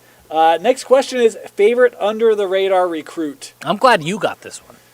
I want to hear your I wrote answer. this for you. I know. I was like, this assumed would you be a did. great question for Jeff, not for Dane. Because I don't follow recruiting like you do, so I don't know if this is under the radar or not, as Orem's got a big play. I don't know how that happened. Orem to the house, by the way. I'll probably go Bessinger. Yeah, I think that's fair. That kid is easily an FCS kid. Oh, at least. At least, right? Yeah. And I mean, he's a junior. Yep. You talk about a kid like Jet and you. I like Bessinger. I mean, I don't know that I say he's like Jet, but there's a lot of similarities there. Yeah. Jet's a P5 or P4, right? Whatever it is nowadays. Yeah. I'll go Traden. I think that's a really good call. I'm going to go, maybe this is a homer pick. He is committed to BYU. Is he at Clearfield? He's not at Clearfield. Kendall Wall out at Mountain Ridge, defensive end. Yeah, that's a good one. There were a handful of schools, Washington State, BYU, a handful of Mountain West schools that got involved there. You look at his potential. Look at what he's done. He's put up big numbers. I think he's up to 8 or 9 sacks on the year. He's got closer to 20 tackles for loss. He's been really, really productive out there for Mountain Ridge. He's just kind of long. He's kind of lanky, but I think he's got the physical attributes you look for at a defensive end at the next level. He's 6'5", 6'6". So Kendall Wall, I think, is maybe the most unheralded recruit in the state that has those offers already. Traden Bessinger, I'm with you. I think he absolutely gets there. I think he's at least an FCS level kid. I could make a really strong argument that he's got a lot of those Power 4 attributes that you want to see at the next level. And he's still got another year to develop. That's the other thing for me, right? Yeah, he's got a long time to go.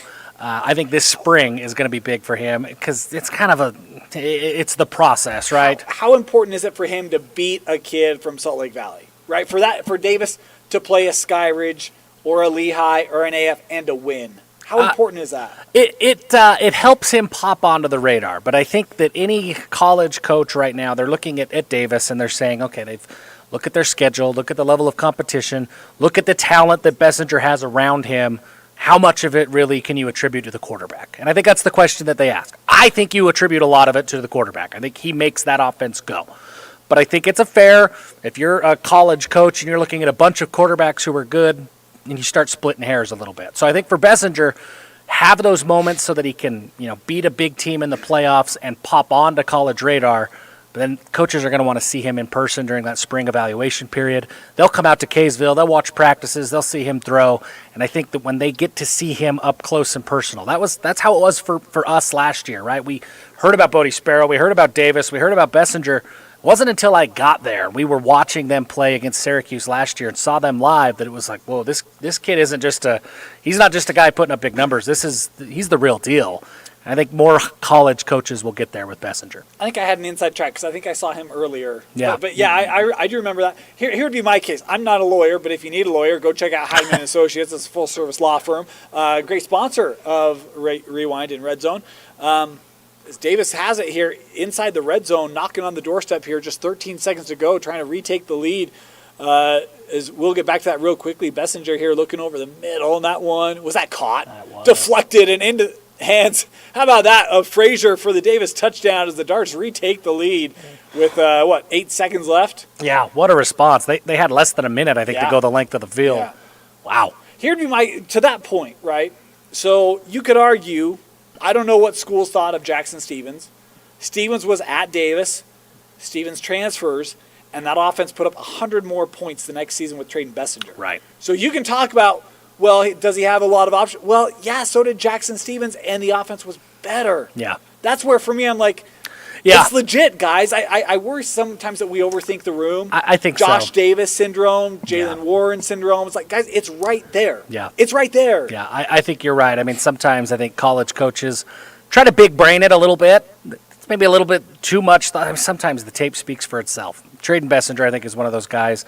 You go all the way back to when Zach Wilson was at Corner Canyon, right? I mean, Zach Wilson didn't have that crazy laundry list of offers like he probably should have had. And what was his scenario leading into Christmas break?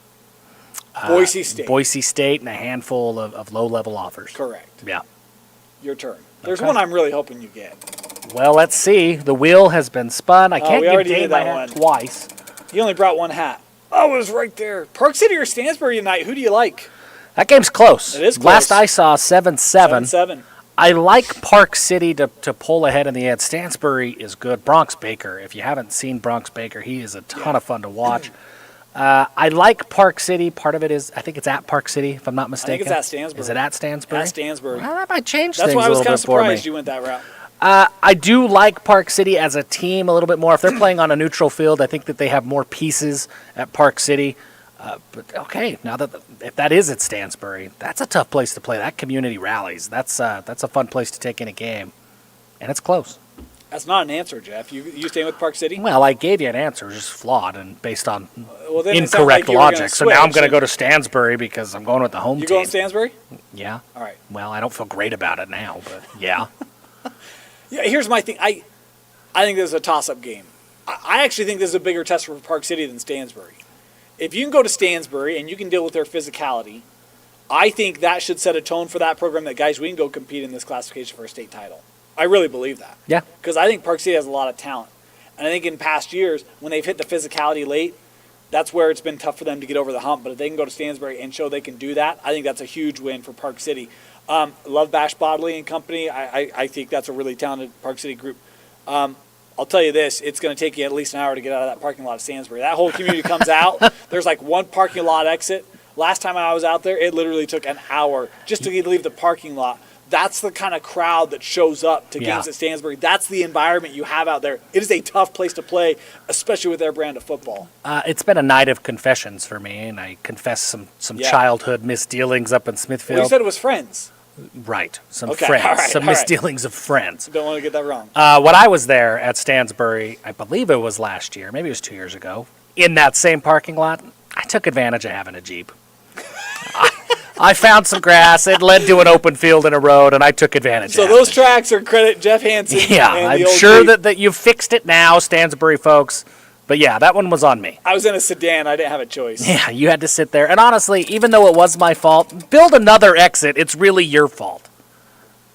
Who is your pick for Region 4? It's a good question for you. So, look, this is really Region 4 has been a tough start to the year. So, in case you're still getting used to the new alignment, Hunter, West Jordan, Cypress. Hunter trailed Cypress last night early, 14-0. That game had to come back. They did, got the win.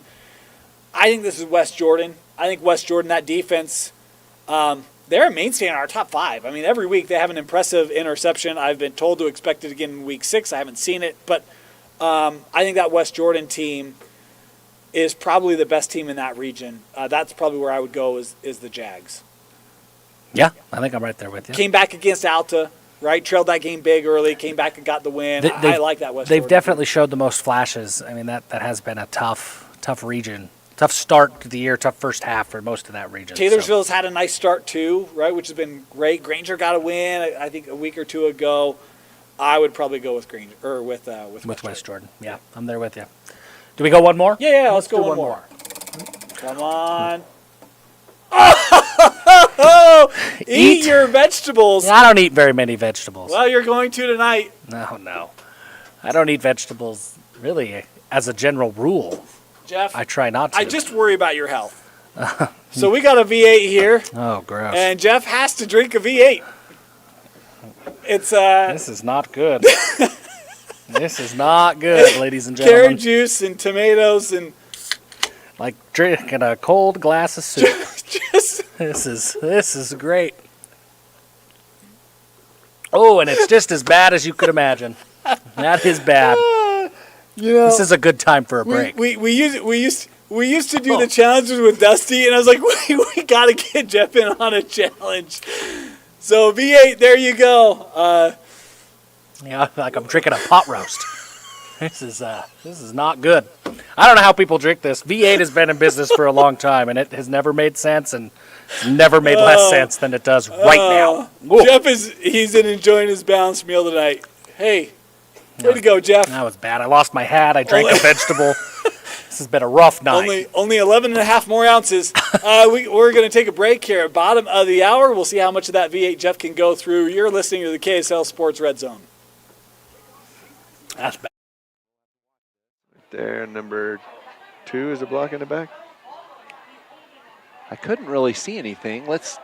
He was tackling. Yeah, run that one more time, Walt. We'll get the play call. Holding on the Beavers. Hold everything. So we're going to watch on this outside edge. Hold. Where is it? Oh, on 50 right there. No, I don't think so. Well, but anyway, that's the call. First down and 13.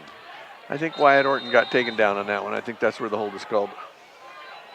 First down and 14. 10:51 left in the third. Split out to the right will be Wolf. Wheatley with a quick pitch out on this right side. This is going to go to Orton. Orton tries to get a lane, and he's just taken down. Really great job on the outside edge with the fighting off the block. Yeah, that was an excellent tackle by Cooper Anderson. Orton had some momentum going, but Cooper Anderson stood him up, and took him down right there. Yeah, good pursuit on the backside by the Cowboys. They didn't allow the ball carrier to cut back either. Was it a gain of 6? It was a gain of 1. Oh, a gain of. Well, they're behind the line, so about 4 or 5. Gain of 1. Well, yeah, you're right. 6. Wheatley, hands off up the middle. No, Wheatley keeps it himself around that left side, and he'll go forward. Gain of 4. Third and short coming up.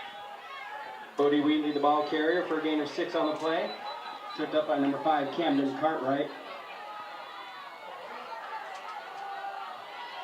Yeah, good misdirection, and it was number 55, Stewart, with the tackle. So Beavers with a 3rd and 3, 3rd and 4 now. These two teams, neither one's really, I mean, we had one drive by Beaver, one drive by Kanab where they both kind of took control, but other than that, it's just been, penalties, mistakes, little things stopping drives. Yeah, not really any dominance. Not yet. 3rd and 4. Here's Wheatley left side. He'll pitch out to Orton. He'll cut across, and Orton's not going anywhere. 4th down. No, Kanab covered that extremely well. So 4th down and 4. We'll see what the Beavers decide. Is this the time? Is it 3rd down? It's 4th, right? Fourth okay. now. Oh, now they changed the marker. And they do send the punt team in. You stop and say right at midfield, probably the smart play. Yeah, I agree because Kanab's, showing a little bit of defensive prowess there, and you don't want to take a chance to not get that. Give Kanab a short field. Kabonic will go back for the Cowboys. Hazen Albrecht back for the Beavers to kick. Snap is back. It bounces off the field. Fielded, though, by Albrecht. Nice punt. Good punt. Good high punt. Kabonic catches it and will down it at the 20. Fair caught. Good choice. So the Kanab Cowboys hold on the first possession. The Beavers have the ball 3.5 minutes. So the Beavers going to have to return the hold on this and prevent Kanab. If Kanab marches down and get a score, they could run away with this game. So they'll start on the 20-yard line. First down and 10. It's a tough defensive battle so far in this game. I'll say it is. For us.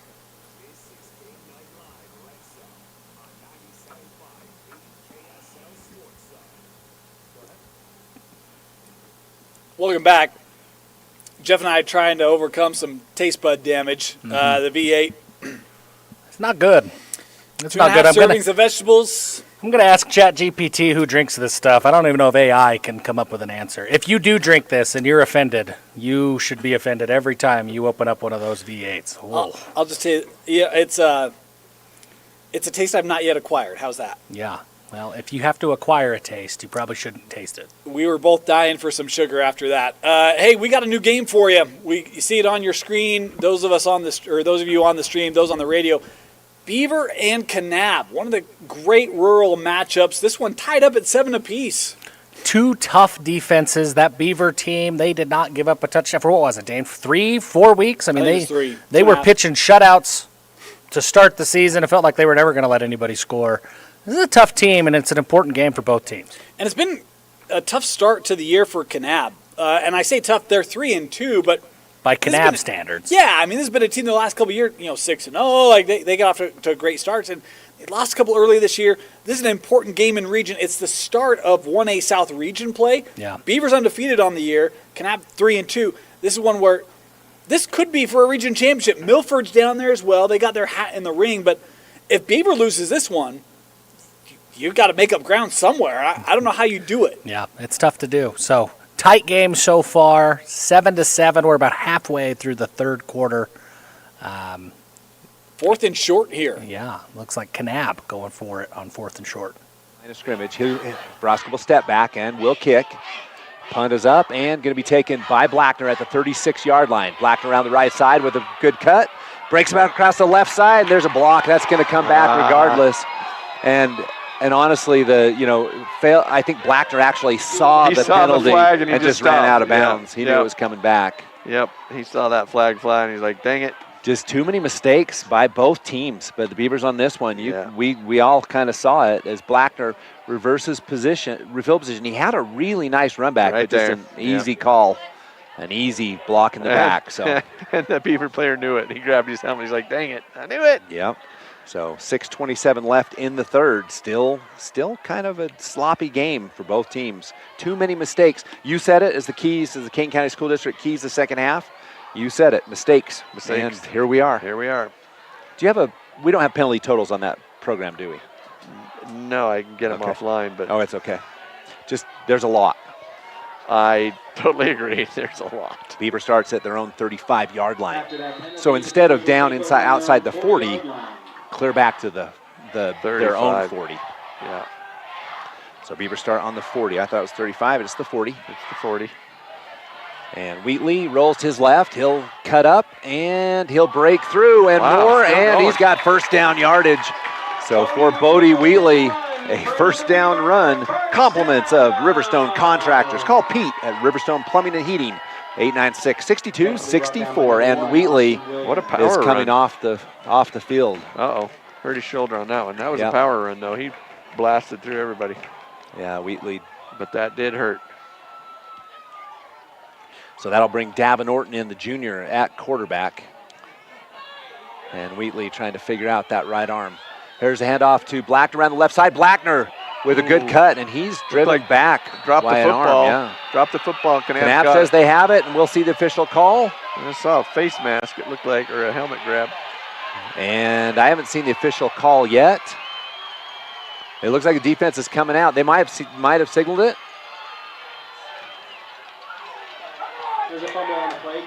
So it is Kanab football. 2 turnovers by the Beavers, and Kanab in business on their own 44. So 5:50. Mistakes piling up for the Beavers. Kanab with the ball and the momentum. Yeah, that's the second turnover. Roscoe around the right side. Line of scrimmage, couple yards on first down. Hayden Goodler, the ball carrier for a short gain. Keep an eye on Wheatley with that shoulder. Not looking good, being attended to, but not using that arm much. We'll keep an eye. 2nd down and 8 coming up for the Cowboys. Split out to the left, we'll go Cooper Anderson.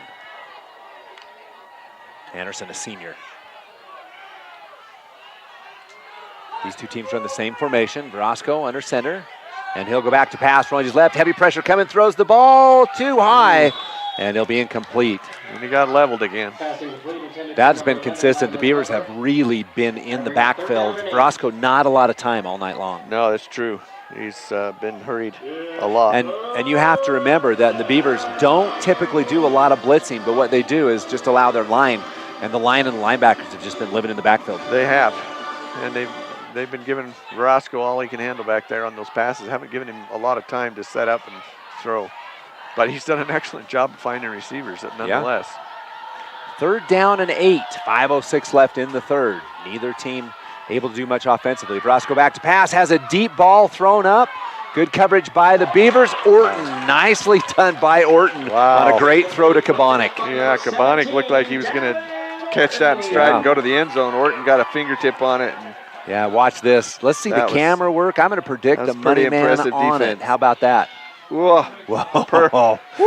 Davin Orton with a great play. That was a touchdown saving. Well, that's a timing thing. I mean, you have to time that perfect, or Kabonic might go all the way. Yep. That was impressive. So 4th down, and it'll be Verosco. So another turnover the Beavers don't get stung on. Yep, he'll step back. And now the Beavers will give 5 yards to the Cowboys. That may change things. That may give them a different decision there. Yeah, defense, the line comes out, a little different personnel comes out, so we'll see what happens. Now it's 4th down and 4th and 4. 3? 3. Yeah, 4th down, about 4th and 3. 3. I think they're going to go for it now. They brought the line back in, so we'll see what happens. So mistakes. Mistakes. Killing the Beavers right now. Beavers on a 14-game win streak. Kanab trying to say goodbye to that one. 4th down and 2. Verosco under center now. Verosco will pitch out, and what a play. How about Andrew Hollingshead comes flying in, and he takes down the ball carrier. Wow, Beavers take over on down. He says, not in our house. Absolutely not in our house. Holy cow. Wow.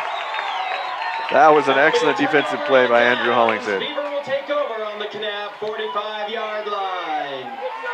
So Beaver with great field position, so the turnover doesn't bite. All right, so Beaver, isn't that field cool? I miss grass fields, Jeff. Yeah. And check out the outline on the numbers. It's not filled in, it's just the outline. I love it. It looks good. It looks like small-town football, the way high school football should be. The way high school football should be. Bo Wheatley, that's how Bo works right there. I love it.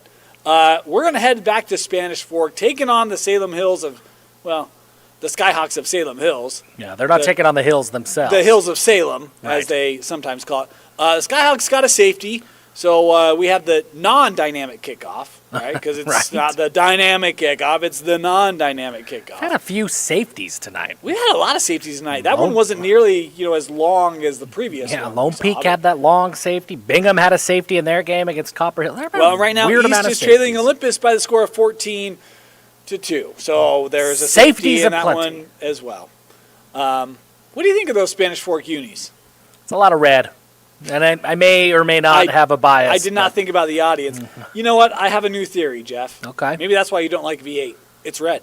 I think there's more to the V8 than the red that I don't like. I can promise everybody that. And it's bad enough that I might wear red myself to get out of V8 in the future. Yeah. Salem Hills, after the kickoff here, starting in Spanish Fork territory, trailing 16-2. Let's head out. Thrown in, and all red just back to the line of scrimmage, pending the penalty. Yeah, a couple of defensive linemen there, 53 and I want to say 73, Jack Parsons. They list Jack at 365 pounds. He has the old Don's helmet, and they just have a black cover on it. That's a big head where they don't even make a black helmet for you. And this will be against Salem Hills. It's going to back the Skyhawks up 10. So some of that positive momentum that they had going, Chris, now they're pushed back to their own 44-yard line, and a 1st down and 20 coming up. Nelson forced to throw, screen pass. This is caught. It's going to be a short gain of maybe 2, no more than 3. Yeah, and a lot of those holding penalties really, we saw Spanish Fork have one on their touchdown run, and they were only able to get a field goal out of that drive, and they really are drive killers. And when you look at Salem Hills trying to mount a comeback early in the 3rd quarter, you have a safety, you get the ball in good field position, and that penalty just kind of sets you back right now. Salem hasn't been able to get too many big plays down the field as well. We'll see what they draw up here. Nelson throws that one just out of the reach and the fingertips right there of Fusselman, and that will make it 3rd down here, Chris, and 17 coming up, and there's not many plays in the playbook for 3rd and 17. There's not, and we're looking at back-to-back 3-and-outs to start this half here if they don't pick it up or get close enough to go for it on 4th.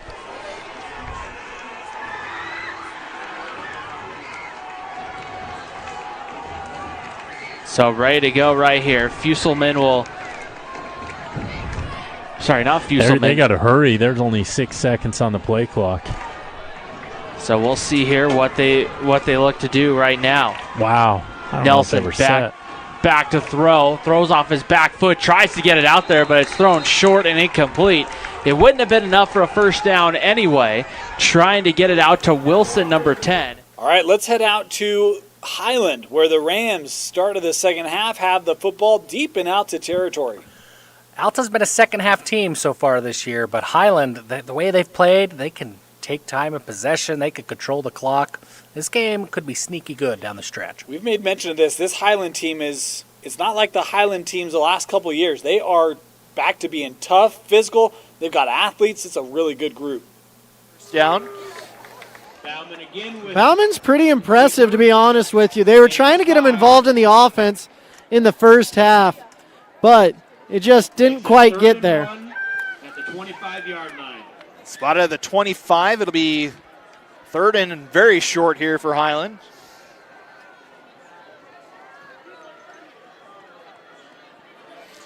See what the Rams dial up here. Third and short. We'll spread things out again. And it's Bauman. Keeps it on the draw, and he's got the first down. Gets about 3 yards on that one. Phenomenal job by Bauman right there. Getting the yards he needs, getting the first down, and we're going almost into the red zone. Usually we consider the red zone 20 and in, but right now they're just knocking on the door of it. Last time the Rams were this close to the end zone, they got a field goal after the blocked field goal attempt in that second quarter. We'll get first and 10 from this 23-yard line.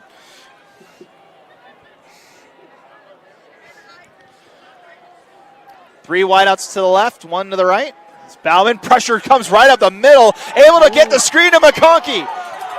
Breaks over to the far side. Stutter steps, finds the corner. Is he in the end zone? He is! Touchdown Highland! Wow, Charlie McConkey getting her done, taking a sidestep, and what a phenomenal job by the quarterback as well. Just perfectly executed play. I thought Alta had a sack. No, it's a Highland touchdown. Boy, Alta, what a touchdown there, huh? Highland. Don't know if it was. Yeah, Highland. That's Yeah. what I meant. Yeah, great Alta Look, touchdown for Highland. They're both black and white, right? Like, yeah. Highland, what a touchdown. There we go. Yeah, 10-10. I don't know if it was legal or not, but hey, it was a touchdown. The refs don't call it. Chance for the Rams to tie it up here at 10. It's not a lie if you believe it. I've heard that before. Let's head out. We got a new game. Olympus coming off that big win last week over Brighton. The Titans leading East 14-2. East with the win last week in region play, undefeated in Region 6. They and West the only undefeated teams left, but they are at risk as the Titans here with it in East territory, leading early in the third quarter. And Olympus has gone to that Max Rice quarterback power very often, and a lot of times it works out. Instead of handing the ball off to Jax Evans, they do like to run it with Rice, who has a lot of speed. And being that shorter quarterback type, he's a little hard to take down just because he's a smaller frame. Another snap where Rice is in the backfield all by himself. 5 wide receivers. Rice looking to the sideline, trying to check the play, trying to draw the East D-line offsides. Rice gets ready. Ball is snapped. Rice drops back, looks forward, looks down the field. Caden Lloyd on a go route. And Caden is unable to bring it down. A bobbled ball and a good defense by the corner. Caden Lloyd unable to bring that down, but if he were, it might have been on the one or even a touchdown. And we've seen that quite a few times in Olympus' last few possessions. Rice has heaved it downfield, and he's gotten it to the receivers. They just haven't been able to bring it down. Eventually, you have to expect that if East continues giving those up, those long plays where it's one-on-one coverage, that the receivers are going to come down with it eventually. You really might see Olympus run away with this zone. As we see Rice in the backfield, Evans to his left, Caden Lloyd, the solo receiver to his right. Evans motioned out to the right. Max Rice looking to his right, scrambling, trying to make something work here. Looking downfield and is unfortunately going to be brought down for the sack by Kalani Pale'e. And that'll bring up, I believe. And that is a turnover on downs, as it was fourth down by the Titans. And now East is able to get back into this game as they have great field position right here, and they need to get their running attack going right there. But also on that sack, it looked like the defender brought. All right, in our last game of the night that's coming out from halftime, back to Davis and Weber, 29-24. Darts with the lead, but Weber will have the football to start the second half. Drive starting at their own 20-yard line. Throws it outside. Elmore with the catch. He's got room. 30. He slowed down, but we got a flag. Yeah, and you can see a dejected member of that offense for Weber, because that thing was wide open, but I think it was wide open because there may have been a hold there on the edge. But nice way to mix it up, though, right at the beginning of the half. They go, hey, look, they're going to keep running the football, and they throw it right off the bat. I imagine Davis tried to make some adjustments to deal with the running of Dyson Parker, who I'm pretty sure went over 100 yards in the first half. Oh. Hey, what number? On the offense, number 0. That's a 10-yard penalty. Repeat. First down. Yeah, not a good way to start just because of the backup of the, you go backward 10 yards, obviously, to start things off, and never how you want to do it. And this drive was so important for Weber as they try to keep pace with Davis. They go to Parker. Parker makes up for the penalty. Back to the even further. It's a 12-yard gain by Dyson Parker, who's having a monster night. He already has a 200-yard-plus game this season. So they make the adjustment and say, hey, they're going to run it to the left with Dyson Parker. All right, we're going to head back down south. The Beaver is in the red zone trying to take the lead against Kanab. Beavers with the ball on the 5. Here's a handoff. Bodie Wheatley goes forward and touchdown, Bodie Wheatley. A 5-yard jump for Bodie Wheatley, and so there you have it, Scott. Mistakes, and that was a big one. That was a big mistake that Kanab couldn't afford to have, and Beavers punished him for it. Yeah, Wheatley just pushes forward, follows the offensive line, and the Beavers take the lead. All right, let's head back to Olympus now as East has it right at midfield. 3rd and long for the East Leopards. Lost their quarterback this week. This is a tough situation for them to be in. Yeah, tough defense. Big moment in this game for that East offense. They've got the ball on the Olympus side of the field. Got to find a 3rd down conversion. Run the ball all game, but I wouldn't be surprised to see them try and pass it here eventually because they're going to need to do that if they want to come back from this 14-2 deficit. Maybe a play action. Teo drops back, looking around, scrambling now. Looks like he'll run. And Teo is met. Only 3 yards in front of the line of scrimmage, bringing us a 4th and about 5. Great containment by the Titans right there. They didn't let Teo get far, even when he got out of the pocket.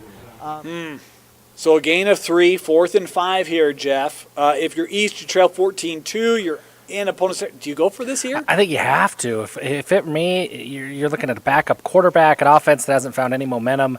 You got to take the momentum while it's there. It's the second half. I think they have to go for it. But here's the crazy thing. I mean, when you think about this team, it looks like they are going to punt it. When I talked about the Olympus D, they shut out Brighton last week. Mm-hmm. They've not allowed any offensive points to East this week, and those were 2 teams that had some of the highest scoring offenses in that entire region. Yeah. I like that Olympus defense. I do think they fly around. They're playing really good. I think they're really good. East did punt the ball. I mean, this is why I don't love it. I think they gained about 20 yards of field possession or field position. It's just that's a tough call. All right, let's play a little strategy game here. Those on the stream, we'll take you around a couple of games, insight here into Weber Davis. We'll keep you updated anything there. While we talk through this scenario, one of the rules that I don't know how familiar people are with this rule, any missed field goal, that ball crosses the plane of the end zone, it's a touchback. Yeah. We saw a 50-yarder from Alta earlier tonight. We saw him attempt a 54-yarder. I'm kind of like, do you just start kicking a bunch of field goals in that scenario? If you got a kicker who, if accuracy is the issue, right? If they've got the leg to get there, accuracy is a concern. Yeah, I think you start kicking. It's as good as a punt. The danger you have is if that goes out of bounds or if it doesn't get to the 20, right? It goes back to the spot, right? Yeah. Yep. But that's the only, for me, it's like, okay, if a punt is going to go 15, 20 yards, you just kick a field goal and hope it rolls? Yeah, that's why I like to roll the dice with offense of just like, hey, it's 4th and 5 in this situation, right? Like you surely have a play in your playbook that is designed to gain 6 yards. Why not throw it out there, see what happens? And just so you know, we have this conversation when Moose Bingham can't chime in because he'd be furious at both of us right now. Right. Well, and if Moose were here, I'd make sure to let him know that I wish field goals were taken out of the game entirely. Like, make this just, flag football. You either score or you turn it over. And PATs, you get rid of PATs? Get rid of them. We don't need them. You go for 2 every time. Go for 2, or do you have different points depending on the yardage? Sure, that's fine, as long as there's not a kick. Just like anything that avoids a kick. Yeah. I mean, they don't call it football for a reason. Right. It's because it kind of looks like a foot. All right, Davis across the 50, leading 29-24 at Weber. Let's head out to Pleasant View. The ball came out at the end, but it was caused by the ground, so nice to have that outlet to bag it because he's so sure-handed, and Bessinger put it out pretty far in front of him, but those bag kids are athletes, man. They've had a few at that program. I've lost count. Sure, his parents will send me an email reminder. Yeah, Shout out to the Baggett family. Sure his older brother Easton, I think, was the latest before Tyson. Ooh, incomplete pass, dangerous pass. So Weber's forced Davis into a 3rd down and 4 here. Yeah, and here comes the crowd. That's Tyler Payne in that middle linebacker position right there, and that could have easily been picked off. Bessinger was lucky he didn't have his second pick of the night.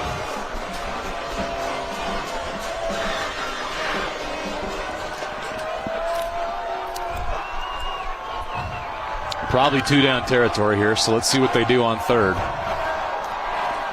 Talbot's in motion. Bessinger in the pocket. It starts to collapse, and he's going down. Weber gets the sack.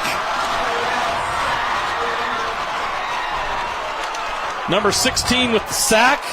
Cannon Plume. Yeah, you know, all right. Big play there from Weber. Let's head out to Highland as Alta's across the 50. On 4th down. Brown quickly far side's got McKay. He's got the first down, stays in bounds, and down near the 32. And a first down for Alta. That ball was just about a finger's length away of getting batted down as well. Wow. Great catch by Matt McKay. He's definitely a kid you'd want on your team on Saturdays. Gain of 10 gives Alta a new set of downs. 1st and 10. They'll hand off to Loans. Has blockers on the near side and gets inside the 25. Picks up 7. This Alta offensive attack is just relentless. They're doing these long drives. This drive started at like what, the 10? 17. 17? My bad. Luckily, I've got you here with me, Matt. I got the drive card charts going on. This will be the 10th play of the drive here for Alta. Man, that is a long drive in high school. Heck, that's a long drive in college and even the NFL. It'll be 2nd and 3 here for the Hawks. From the 25, handoff to Loans again. He's got the first down and inside the 20.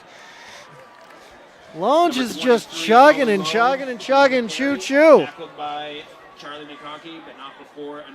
Spot the ball at the 19, gain of 6 for another first down, and the Hawks in the red zone. Last time the Hawks were in the red zone, they got the touchdown to Morton. That was way back in the first quarter. Loans again gets the carry and slides down at the 10, just shy of another first down. I think he was going to cut, and the turf monster got him. Bless his little heart. And he said, "Give me a break, coach. You've been riding me this whole night. I need a breather." Loans checks out. It'll be 2nd and 2 here for the Hawks. Coming up on 3 minutes to go in our 3rd quarter. McKay in motion. Brown looks that way. McKay able to cut back inside. He's going to get the first down. That's what you love about Matt McKay. His change of directions. 1 second he's there, the next it's whoop, and he's gone. But got his first down. That's what he needed. And Alta's got 4 downs to get into the end zone. So 1st and goal, Alta from the 8-yard line. 2:40 and counting. 4 wideouts in the formation. McKay goes in motion. Trying to set up the screen. He's got a man on the far side and just stumbling his way in for the touchdown. And that's number 39. That's Nito Fanua. Had a couple of touchdowns against West last week. Wow, impressive play there for Alta. I saw it. Yeah, Alta. the real Alta. The real Alta, yeah. Yeah. That's a big response after Highland marches down the field, ties the game up. Alta goes right back down the field and says, "No, Highland, you're supposed to be down a touchdown." Let's head back down to Spanish Fork. Don's with it at midfield, taking on Salem Hills. Arizona started that. What's concerning, though, to me, Chris, right now is we're under 3 minutes to go in the 3rd quarter, and Salem Hills has to try to find a way to get off the field. Here's Caden Vest around the corner. He's got a first down and more, and Vest might be gone. He's going to take that one to the house. Touchdown, Spanish Fort, Caden Vest. And I am scanning for penalties. I don't see any on this one, and so that's 49 yards we saw. You know, someone reached out and said, you're talking about running backs. What about Caden Vest? Dad, Exhibit A. Holy cow, that was some burst. He got up to his top speed quick, did Vest. See my vest. Vest. Vest. Little reference there for those of us a fan of a long-running cartoon. Let's head back up north. We were out of this game, but Skyview heard, and they're putting on a run. 38-33. Skyview's fought back as we've got 2nd and long here for Orem. Your car carries you and those you love through the days and Actually, that game went to break. That was just part of the curse that we've had tonight, Dan. We'll go to break. We're going to align to breaks. Top of the hour, we're heading to a break. You're listening to the KSL Sports Red Zone.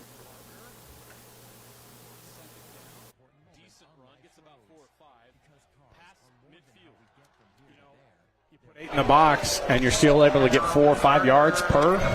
It's just a dangerous combo. Credit to this Weber offensive line. They have been terrific tonight. All night. Here they go again. Parker dances through the Davis defense inside the 40 down to the 38. It doesn't matter how many they put in the box. This offensive line is moving bodies, and Dyson Parker is having a special night. Yeah, Dyson Parker reads the guys. He sees where they're at. He rides their tails for a little bit, finds that spot, waits for the defender to make a decision, and it's worked. Going to get a false start right off the bat here, though. False start. Number 67 on the offense. That's a 5-yard penalty. Repeat down. That kills the tempo, too, JJ. You start going. The tempo was working. And you're going quick. And that's kind of a result of trying to speed it up maybe a little bit too much, too.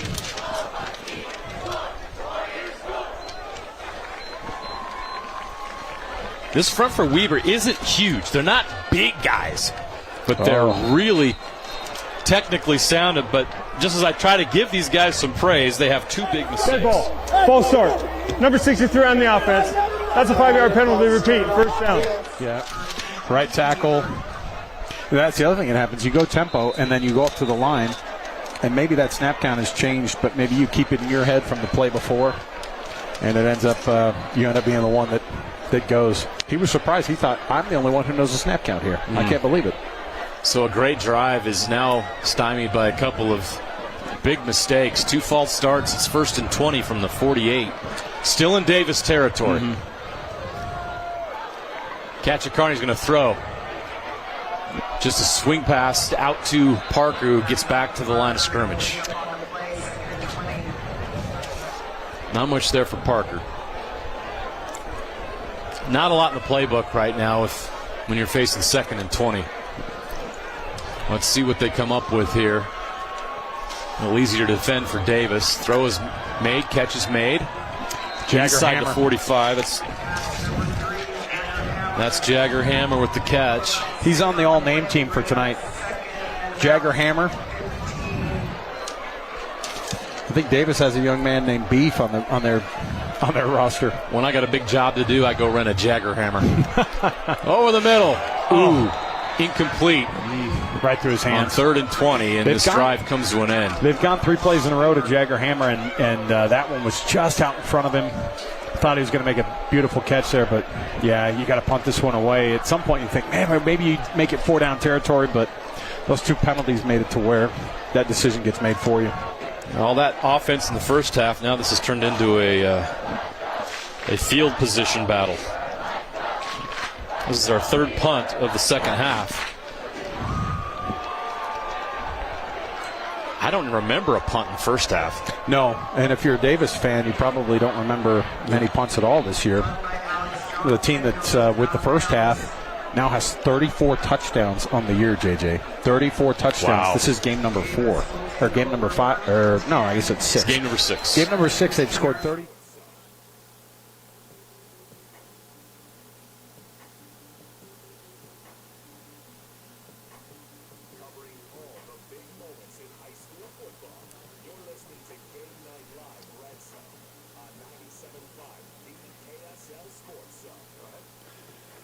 Welcome back. Final hour of Week 6. Dane Stewart, Jeff Hansen.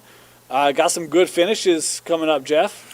Yeah, and a lot of them up in Region 1. Region 1 playing really well. A lot of competitive games. One we haven't talked about yet tonight that we don't have a stream, so let's talk about it. Farmington and Syracuse, both teams coming off of big wins against Salt Lake County schools, so that's big for those Region 1 programs. Syracuse, it was 24-24 to end the third quarter, first play of the fourth quarter, and it's a touchdown run for Syracuse. They've got a 31-24 lead over Farmington. All right, let's pretend that didn't happen, because this is crazy. When you look at the 3 games happening in Region 1, right, before that touchdown, all 3 games, as of right now, it's a total point spread of 6. Yeah. Between the 3. Unbelievably close. Fremont-Layton, that's a 1-point game right now. Great battles up in Region 1. There's another game that we wanted to get into tonight. I heard it was going to be on ESPN Plus. I went to my ESPN Plus. It's not there. It's so weird. It's weird how that works. ESPN Plus isn't streaming games in Utah, folks.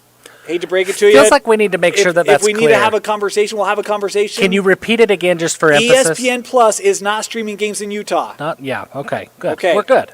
All right, now let's get back to companies that actually do stream games in Utah, shall we? Davis is starting at Weber. They're inside their own 20. Orem scored while we were at break, 45-33, leading Skyview. Skyview offense back out on the field. And Alta just received a punt from Highland. That's a 7-point Alta lead. Beaver across the 50 trying to make a 2-possession lead over Beaver. But let's head out to Weber for this Davis possession. Nobody there to touch him. The ball came across, maybe thrown a little bit behind him, but it hit him in both hands, and he puts it on the turf. A rare drop for one of these guys that's going to be all-state at the end of the year. All right, never mind. Go to Skyview. Big play for the Bobcats. What a play! 81 yards! And a Skyview touchdown.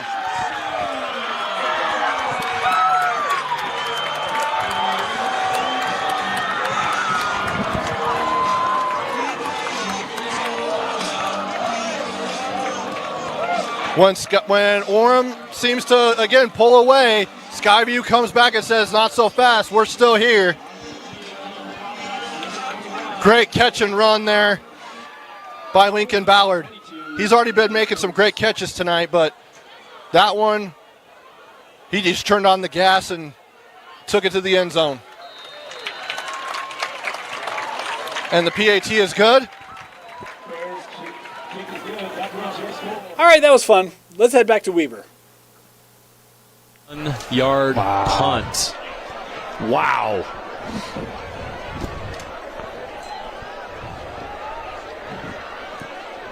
Kachikarni throws it. Nice stop. Wow, Bodie Sparrow coming up from that safety spot to make that play. He's trying to make up for that drop pass. See, they're mixing it up here. You're not seeing a lot. You're seeing some guys who aren't getting the ball typically in the first half. It was all Dyson Parker in the first half, and now they're mixing it up. But it also has been the least productive on offense that they've been. Kachikarni taking a shot. Out.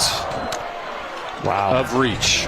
That was a great throw. Elmore, the intended receiver. And he was just probably a foot and a half past the hands of his receiver. That was a good throw. And it was where the defender couldn't get to it, which makes it such a good throw, too. He had a step on the defender. It was there. He just overthrew it slightly. 3rd down and 10. Now this game is tightened up. This is not what I expected in the second half. It's been the complete opposite of what we saw in the first half. Great job by both teams to adjust. Yeah, still a great close game, though. I mean, neither team able to crack the other one's code in the second half. But we have movement. Wow, Weaver's just shooting themselves in the foot with these false start penalties. Yeah. That's 3 out of the last 5 plays. Dead ball. False start, number 78 of the offense. That's a 5-yard penalty. We're going to repeat.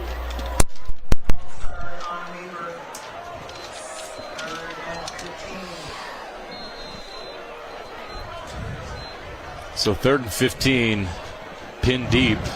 Well, this is how big that punt was. They're at the 8-yard line after that penalty, 7.5 yard Crazy. line. After being at their own 14. Kachikarni's going to throw a screen pass. He's got blockers. Can't get there, though. Nice fight. Still going. Yeah. But well short. So they're going to have to punt.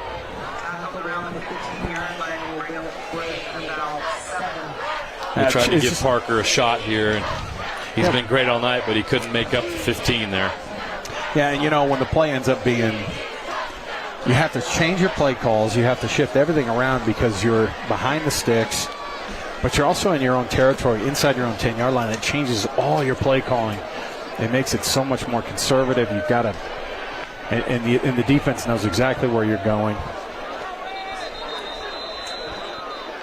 Timeout Weaver, it looks like. Yeah, the play clock was down to 6. And you need your timeouts here. That's the way this is going, too. You don't want to have to call a timeout because you couldn't get your punt team in quick enough. That's a rough one. This will be the 5th punt of the quarter. Yeah, you know what? I mean, obviously Davis isn't used to punting this much. I don't think Weber is either. I mean, no. Both these teams have been moving the ball so well tonight. Weber's offense has put up plenty of points this year as well. And that's without Kachakarny at quarterback. So if you're Coach Peary and you get the ball back here, the assumption is you might be able to be in some pretty decent territory because you've got Weber punting. Punter's probably going to catch it around his own 6 or 7, maybe his own 5-yard line, even further back, yeah. So if you get a decent return here, even just a fair catch, you're likely to start things off on the Weber side of the ball. I'd go right at the end zone. That's a good punt. Rugby style. It's caught. Ooh, nice coverage. They did a great job. Drops back to pass. He throws it deep, and it's picked off once again, and it's going to the end zone. Down to the 5, and he's in. Touchdown, Skyview.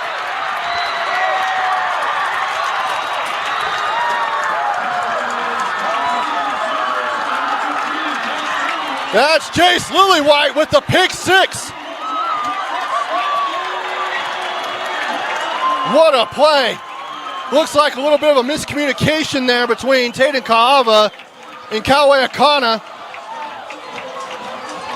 And Jace Lillywhite's like, I'll take that to the house. And the comeback is on for Skyview. They were down 17 at the half, 38-21. And in this quarter alone, pending the PAT, they've scored 25 points. And Orem has scored 7. Incredible play by the offense here tonight for Skyview.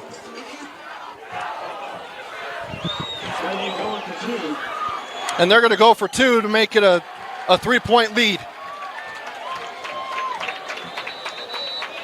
And there's a flag on the play.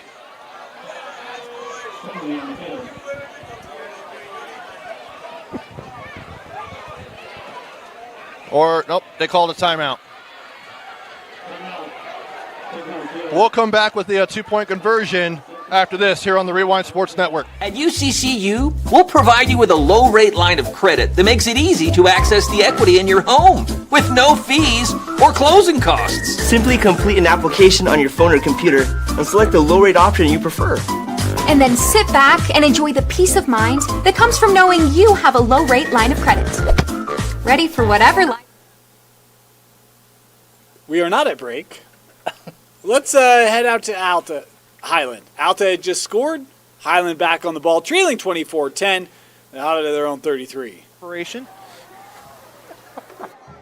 Whenever the spin move is executed correctly, it's a beautiful thing.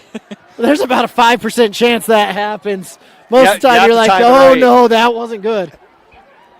Hawks show pressure on 1st and 10. They'll hand it off. Vaughn on the far side gets about 1. Good coverage there for the Hawks. The Hawks defense is starting to flow with Highland's offense. Highland loves to attack the flats, get the motion going, and right now it's just not gaining so many yards as they're used to. They might have to start doing an air attack and surprise these Alta Hawks. We'll gain a 1 on that one, so it's at the 34-yard line. And as Moose mentioned, the air attack's going to have to come at some point here, down 2 scores with under 10 minutes to go. 4 wideouts in the formation for Bauman here. So they'll hand this one up of the middle. Wolfgram's got 3 yards. A lot of misdirection on that play. That's what Highland does well. You're like, where's the ball? Where's the ball? And all of a sudden they're getting 3 yards and a cloud of dust. Spot at the 37. It'll be 3rd and 6 here for Highland. Clock at 9:18 and counting.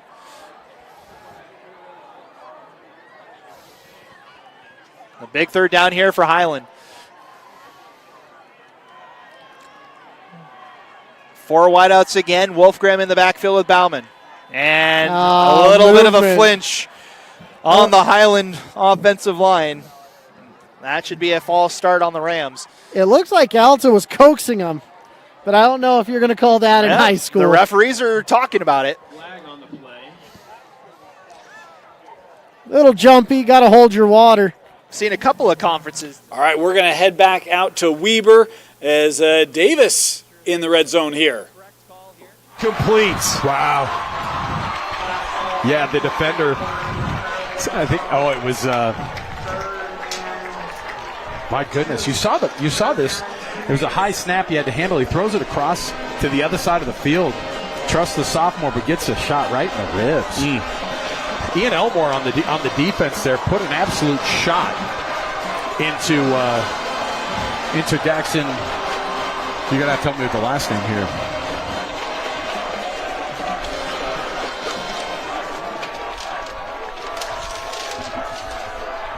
Third and 1. Davis is the tight formation. Bessinger. They're going to hand it off. Oh, they had him in the backfield, and he escapes and then forges ahead for the first down. So the Darts move the chains inside the 15 down to the 14-yard line. And that's how we end the third quarter. A scoreless third quarter. 5 punts. Yeah. It happened. Disappointed. We'll see if the teams can find their offense again here in the fourth quarter. Stick around for what should be an incredible ending. After All this. right, we were in this game a little bit earlier. Beaver Kanab just went final 27-20-7. Beaver gets the win. Yeah, Beaver pulls away, a couple of touchdowns. Late. Big play at Alta. The Hawks just scored. Wow. Miscue for Highland, and Alta pounces on it. And a big play in Smithfield. Skyview, they're up 48-45 now. Kawe Akana with a long, call it 50, 55-yard reception. Has Orem inside, well, knocking on the door of the red zone at about the Skyview 23-yard line. First and 10 from the Bobcat, 23-yard line.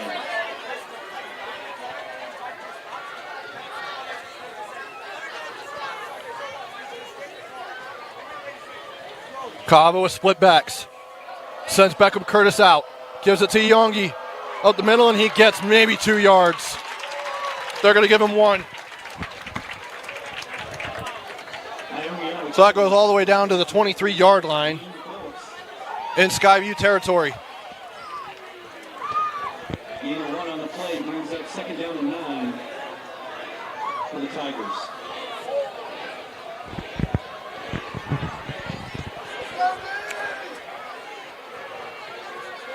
Split backs once again with 1:35 to go here in the third quarter. Clock is running. Beckham Curtis goes out in motion once again. Cava, he's going to have to hold it. He's got it wide open in the middle. He gets up to the 15, and he's down by Jace Lillywhite on the tackle. And good sportsmanship there with Cava helping him up. A gain of about 7. Brought down by number 15, Jace Lillywhite.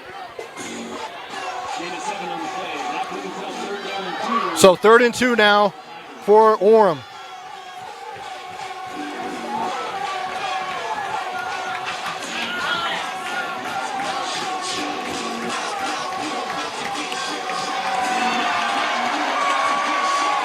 Once again, split backs, twins to the right and 1 to the left. Kai Wesley is the tight end on the left. Again, Curtis goes in motion once again. Pitches it to Yongi, out to the outside, down to the 10. And he'll get down to about the 9 with forward progress. And that'll move the sticks into the goal line, goal. So no more first downs to be had. You have to get in the end zone. And it looks like some cramping for Folletti Yongi, as you would probably expect. That man has been running wild tonight with 4 touchdowns. He had a kick return for a touchdown, 2 rushing touchdowns, and a receiving touchdown for the star running back. That was it. Talbot getting a rushing touchdown. Well deserved, too. He's been running so dang hard all night. Talbot on the 2-yard touchdown gives Davis a 35-24 lead. They will kick the extra point. Wondered if they'd go for 2. They do not.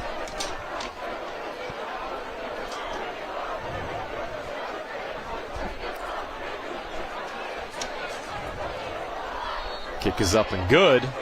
So with 10:32 left to play in the game, the Darts take a 36-24 lead on the road. Yeah, and they break serve on that possession, and it was kind of who was going to blink first on defense, and ended up being Weber. Clutch drive by the Darts, because now if Weber's not able to respond, then Davis gets the ball back.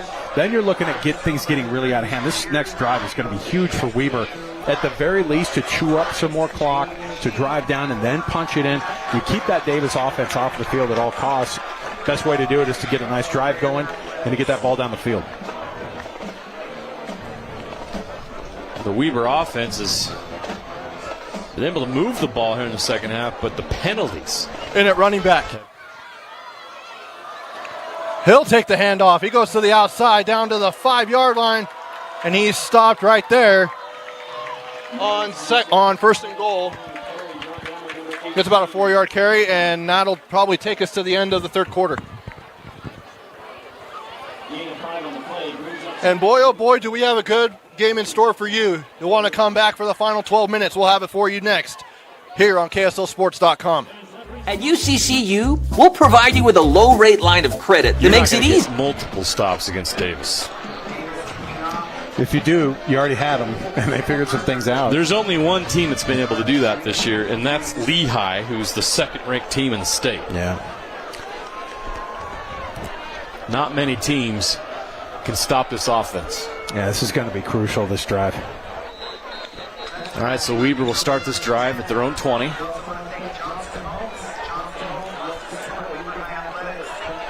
A key drive here with 10:32 left to play.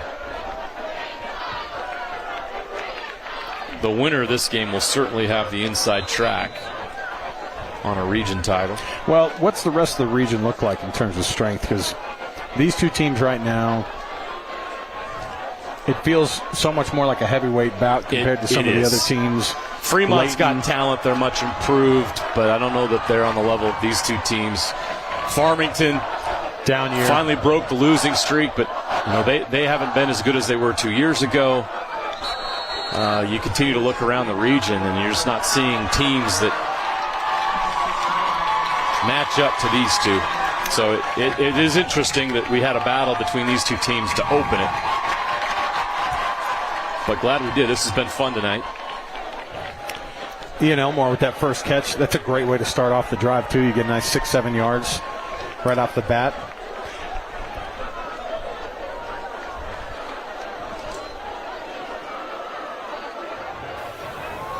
Got the edge. All right, big play there for Weber. Let's head back, though, to Orem and Skyview. Orem inside the 10.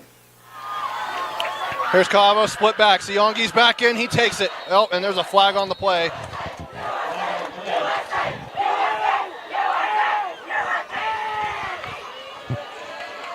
And it looks like offsides on Skyview. That'll be half the distance to the goal.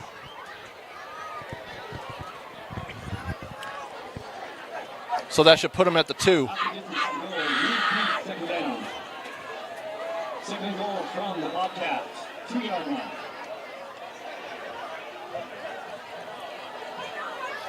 Iongi, along with number 23, that's Zach Graver, with Kava, and Iongi runs it in for another touchdown. Give him 5 touchdowns on the night for the senior running back, and Orem has the lead back.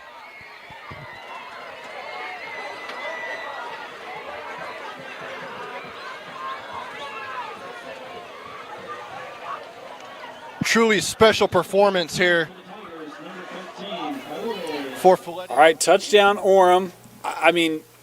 Look, I thought that'd be a competitive game. I did not think we would see 99 points scored. Yeah. And that game's still not over. Yeah. Make it 100. 52-48 the lead for Orem. This Skyview offense has been impressive. Folletti Yongi has been impressive for Orem. Well, only 5 touchdowns. I mean, come on, Jeff. Yeah, it's not a record, so it's not that great. But Folletti Yongi, 5 touchdowns. We talked earlier in the week, Dane, about who best running backs. We had a conversation. Well, about, we did not talk about best running backs. We asked about 2 running backs. That's true. We talked about Robert Young, Devon Eka. I did say that. I think we indirectly talked about Christiansen was the best running back. Yeah, I think we indirectly I'll own that. talked about best running back. Folletti Yongi's had a great year. He's been great. And he just continues to put up big numbers tonight. We just had a deflected interception in that Highland Alta game, Alta forcing the turnover as we've got Weber trying to answer. They gotta have a touchdown, really. Yeah, I mean 8.5 to go in that ball game, trailing by 12. Second down here for the Warriors. Direction, takes a shot deep over the middle. Incomplete. Nice job by Davis to knock that away. I think Sparrow thought he might be able to get a pick on that one. And, Ian Elmore was there to make the play. It's almost like he got a little bit of alligator arms because that safety was creeping up, and Sparrow obviously was ready to make a hit. He had to feel him coming. Sparrow's a sophomore, but that's a big, strong kid. Lay the wood. He's been cutting guys down all night, and he didn't even try to make the play on the ball. I think he was just trying to play the man, and if he would have made the play on the ball, he might have had a pick. 3rd and 9. Big play here for Weber. They got to keep this drive going. Kachakarny going for the end zone. Caught! Touchdown Weber! I can't tell if it was Elmore who made the catch. They've been going to him all night. Ian Elmore's been absolutely delivering. You're getting some info over there on who that was. I couldn't see on the far sideline. Tyson Higgs with the touchdown. What a catch. What a rocket by Kachakarny. Tyson Higgs with a great catch. Kachakarny with a home run throw. And the Warriors are right back in it. Throw it, thought about running, now rolls out and throws to the corner, and it's incomplete. Man. Intended for McConkey over in the corner there. The receiver was Charlie McConkey on the Bellman is exciting, I'll tell you that right now. Makes it 3rd and 5 from the 8-yard line. So it'll be 3rd and 5. Can get to the 3 for a first down. 4:16 to play in our contest tonight. It's definitely 2-down territory, so they can run, they can do a bunch of down the middle, using his low center of gravity to get a near first down. 1 yard short of a first down. It's 2nd and 1. And this time he's stuffed behind the line of scrimmage.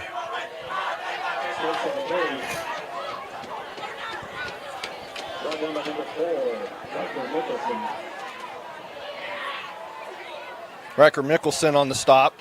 Very good linebacker as well as a running back, and really good basketball player too. Reason why he came to Orem. Orem's a really good basketball program.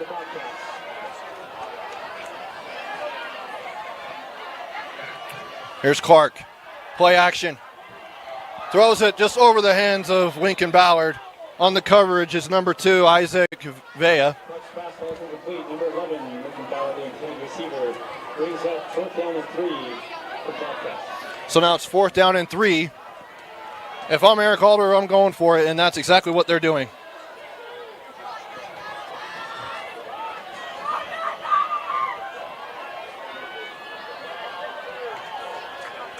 Fourth and 3 at the Orem 41-yard line. And the pistol sends out Stokes. Here's Clark. Throws it to Guthrie. It's caught. Yes, it is. It's a catch at the 30-yard line. And that's a first down. The Orem DB, Will Rasmussen, didn't think that was a catch, but it is. And it's a first down, and they're going up tempo. Once again, sends Stokes out. Clark throws it deep once again to Guthrie, and he's got a touchdown! Leo Guthrie, 30-yard strike for 6. Hey, the game that goes back and forth, Jeff, just like a teeter-totter. Skyview back in front. Skyview, just like we all predicted. Skyview and Orem in the 50s. It's a shootout. Close game, anybody's game. You know what happens after touchdowns? We go to break. Yeah. Last break of Week 6. You're listening to KSL Sports Red Zone. Pressure comes. Bessinger over the middle, wide open, caught inside the 40 down to the 35-yard line. Tyson Baggett, man. It's either, you're right, it's either Baggett or Talbot coming up with key plays. Well, and that's the guy that's your safety valve, and yet on that play, very middle of the field, all the way behind, there wasn't a defender behind him. He catches that ball. Well, they brought the house on the blitz, and they got burned. Yeah, paid the price on it. 1st and 10, Bessinger taking a shot in the end zone. Oh, incomplete. Great play on defense. Looked like it was 24 on defense for Weaver. What a good play, because that ball was right in the hands. Oh, he looked like the Davis. Looks like Bodie Sparrow or Aiden Rodarte. Whoever it was just thrown to right there came down funky. He's not getting up. And he's in the end zone, and he looks despaired. We will try to identify the player as soon as we can. I did not see from this far away up here in the booth who that was. I'm looking in the huddle here, and I don't see number 2, and I think that was Sparrow. I don't know if he's cramping up. It looks like they might be stretching him out. I can't. Well, you hope that's all it is. That's.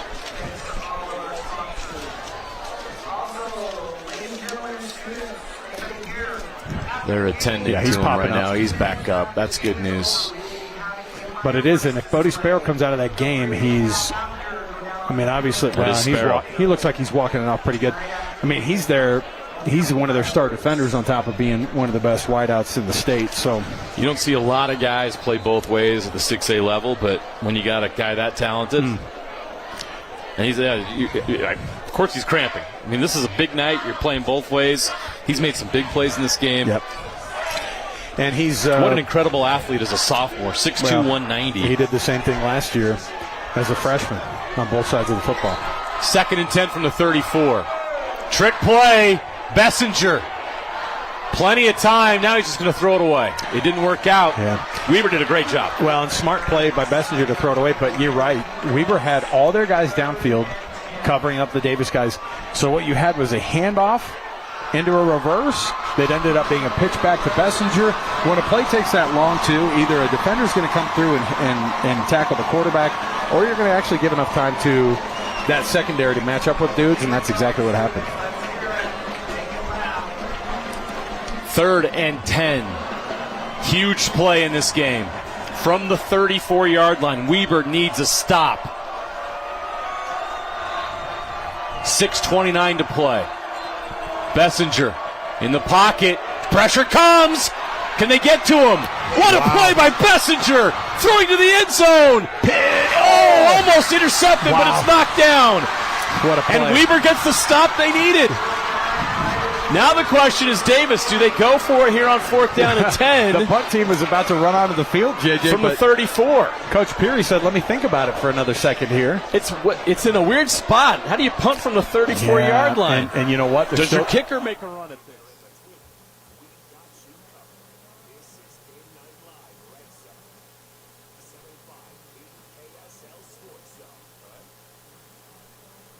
All right.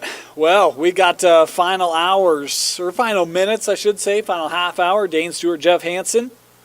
Good finish happening up in up north, up in Cache County and up in Davis County. Yeah, the north coming through for us on a Friday night. A lot of blowouts tonight across the state. Not up north. We, the north, pulling. Yeah. I'm going to pull the state along. Davis just hit a field goal with 6+ to go. It's 39-31. Still a one-possession game up there. Meanwhile, Orem back on it. And how about Folletti?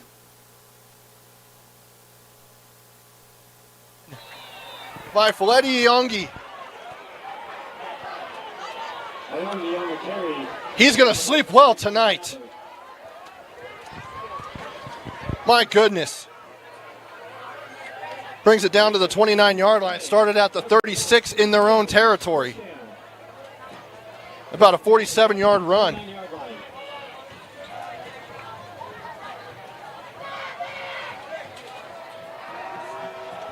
So 1st and 10 from the 29-yard line.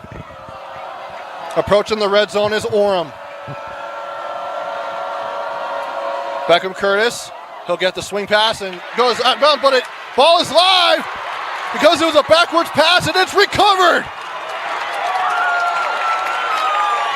Number 26. That's Dean Phillips. A backwards pass, if it's dropped, it's a live ball. Great awareness by Skyview. And now they have a chance to extend their lead.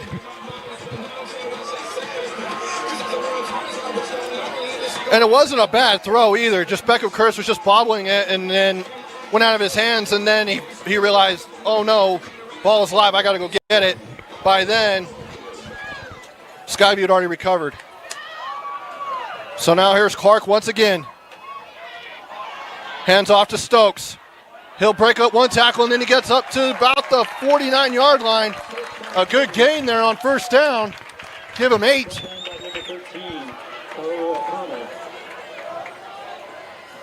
Gain of 8 on the play. 2nd down and 2 for the Bobcats. Handoff again. And that's about 4 guys of Orem bringing him down. But Ceci Nelson made the first contact for Orem. And now it looks like Xander Stokes is going to come out of the game. That results in a Skyview. 1st and 10 from the Tigers, 47-yard line. And great neutral zone. That was a great hard count by Clark and the Skyview offense to stay still when they were set, and that's now 5-yard penalty and a neutral zone infraction penalty for Orem.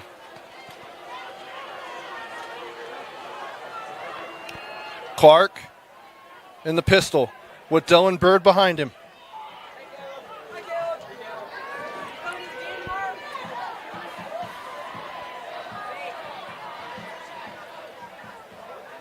He'll throw it real quick to Lincoln Ballard as Riker Mickelson nailed that snap count.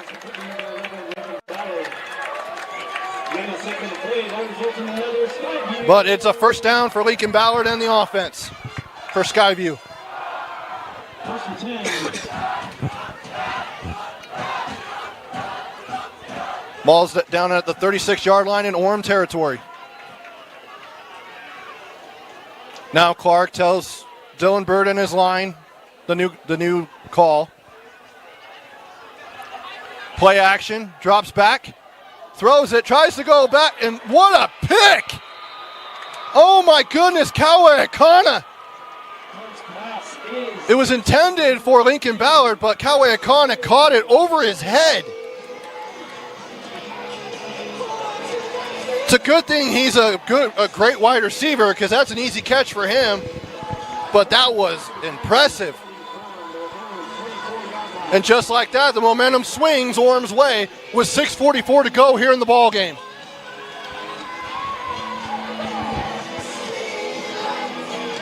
Kawe Akano has been quiet on big plays tonight until just now. A big interception for Orem.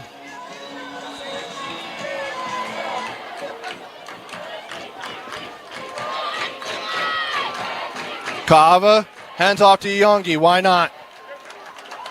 Gets a couple of yards.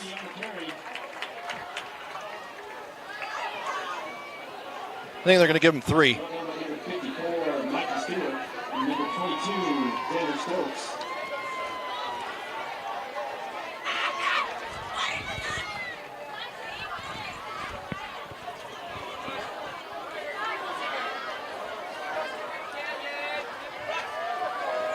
Brings up 2nd and 7 at their own 27.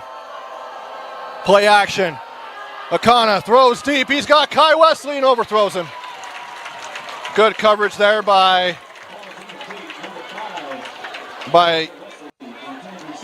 looks like Zach Sparrow and number 9, Andrew Oxborough.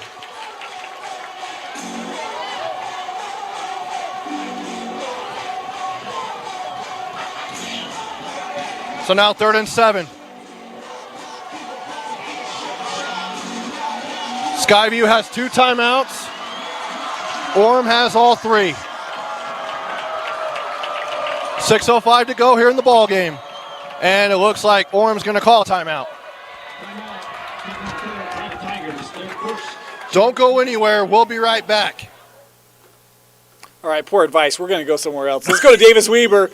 We will be back for that one. Don't worry, we're not going to miss that finish. We got a great finish at Weber right now. Warriors trying to come back here, Jeff. The Weber, I think they're about at the 30-yard line after that first down. They're down 8, so they've got to put it in the end zone. There's about 3.5 minutes left. They've got to put it in the end zone and get the 2-point conversion, but this is within reach for the Warriors.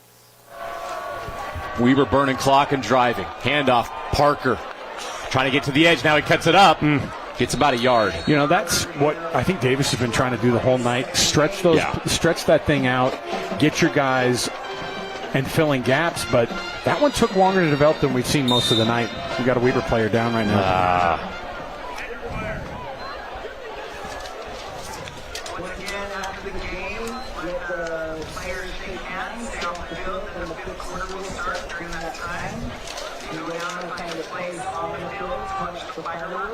We'll take a break while they attend to the injured player. Don't miss the ending of this one. 39-31. Davis leads Weber, but the Warriors are driving. We'll be right back. At UCCU, we've learned that people All right, prefer he more. said don't go anywhere, and we'll not go back. Just more. Orem, Skyview, Orem trailing here in the 4th quarter. In the gun is Tatum Kava. Drops back. Throws it. He's got Kawe Akana. He gets to the 40, breaks 2 tackles, breaks another one, and now he's down at the 50. It's taken 2 more guys to bring him down. Broke 3 tackles, and just like that, that 3rd and 7 is now turned into going into Skyview territory. Gain of 20 on the play. That results in Tigers first down. And that was a gain of, I think it was a gain of 30. No, 25. Don't do math on air, folks. Here's Feletti Yongi on the jet sweep. He'll take it up and down. Gets about 2-yard gain, was tripped up by Zach Sparrow. And they'll give him 2. And the clock is running. And Kawe Akana hit a 35-yard field goal earlier, so if they can get down to about the 25-yard line, that's probably in his range. Play action. Tatum Kava just shovel passes to Riker Mickelson. He now comes back to the left and then to the right again at the 30-yard line, and he's down. Great play right there. And Riker Mickelson helps Orem. All right, we got a great finish. Final minutes, Orem at Skyview. They're inside the 30. Again, Orem trailing by 2. We also got Weber still on the drive. That game's less than 2 minutes to go, trailing by 8, and Weber approaching the red zone. We will toggle between these 2 games. We'll stay here. Orem with the ball against Skyview. Hands off to Yongi. Goes to the left, cuts to the outside. Goes outside once again, cuts back now to the 10, to the 5, and he rolls down to about the 2-yard line, maybe 3-yard line. His shiftiness is just insane. I don't know how one guy can just take him down. Gain of 20 on the play. That results in a Tigers. So they mark him at the 4. It's first and goal. 4-yard line. With 4:05 to go. Clock is stopped. First and 10. 10. Out of bounds. From the 13. Kachakarny hands it up. Parker. Yep. Another shot. Gets down to close. They're going to mark him about the 11, so. Is Beckham Curtis to the right of Taden Kava, the junior quarterback. Iongi goes in motion. Hands off to Curtis, but now we have a flag on the play. And I'm guessing based off of the reaction from. Following his blockers. Inside down to the 5. He runs so hard, doesn't he? Now they call timeout, and that's a smart way to do it, and they still have an extra one after this. Yep. 48 seconds. Weber takes the timeout. We'll keep it right here. What a game by Dyson Parker. All right. Well, start work.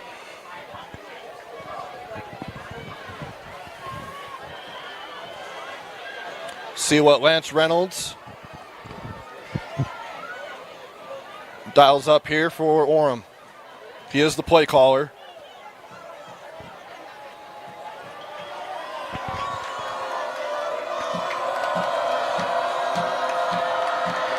Here's Kava.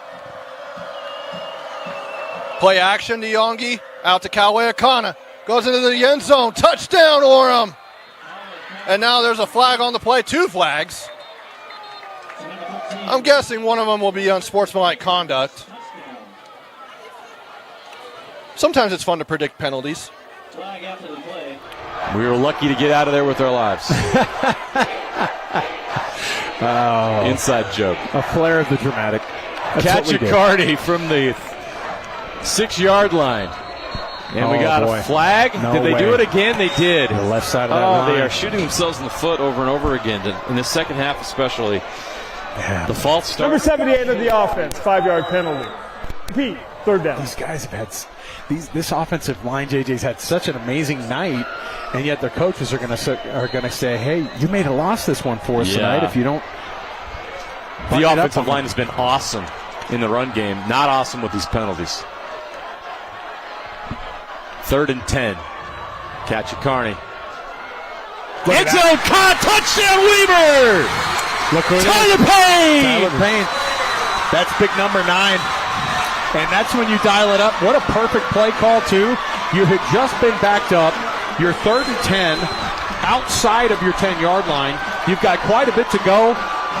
And, man, they punch it in. They threw it to the right guy, and nobody was bringing him down before he got through the end zone. What a play by Tyler Payne. What a throw by Kachakarny. Here we go. With 43 seconds left, Weber has cut the lead to 2. They will go for 2 and the tie.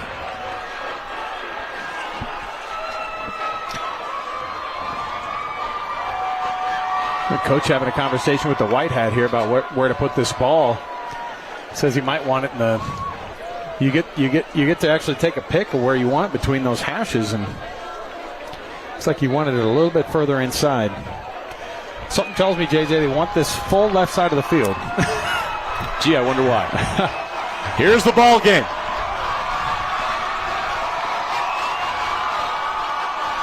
Wow, they emptied the Empty backfield. Kachakarny. Pressure comes. Throw. Short. Incomplete. Hit the turf. The 2-point conversion is no good. Wow. It was JJ. intended for Elmore, number 4, and he couldn't come up with it. Well, Kachakarny threw it in the turf. I think it was a short throw by Kachakarny, and I just wonder why you empty that backfield. Oh, this is the touchdown. That's the touchdown. Wow. I mean, a heck of a play for Weber to get in the end zone. That 2-point drive, man, they'd love to have that again, but pressure off that right side made it very difficult to have the time to get that throw away. What do they say about big-time players? They make big plays, big moments. Junie Mawala off the edge for Davis. One of the best pass rushers in the state that nobody talks about on that 2-point conversion. He doesn't quite get home, but he gets home enough to break up that play.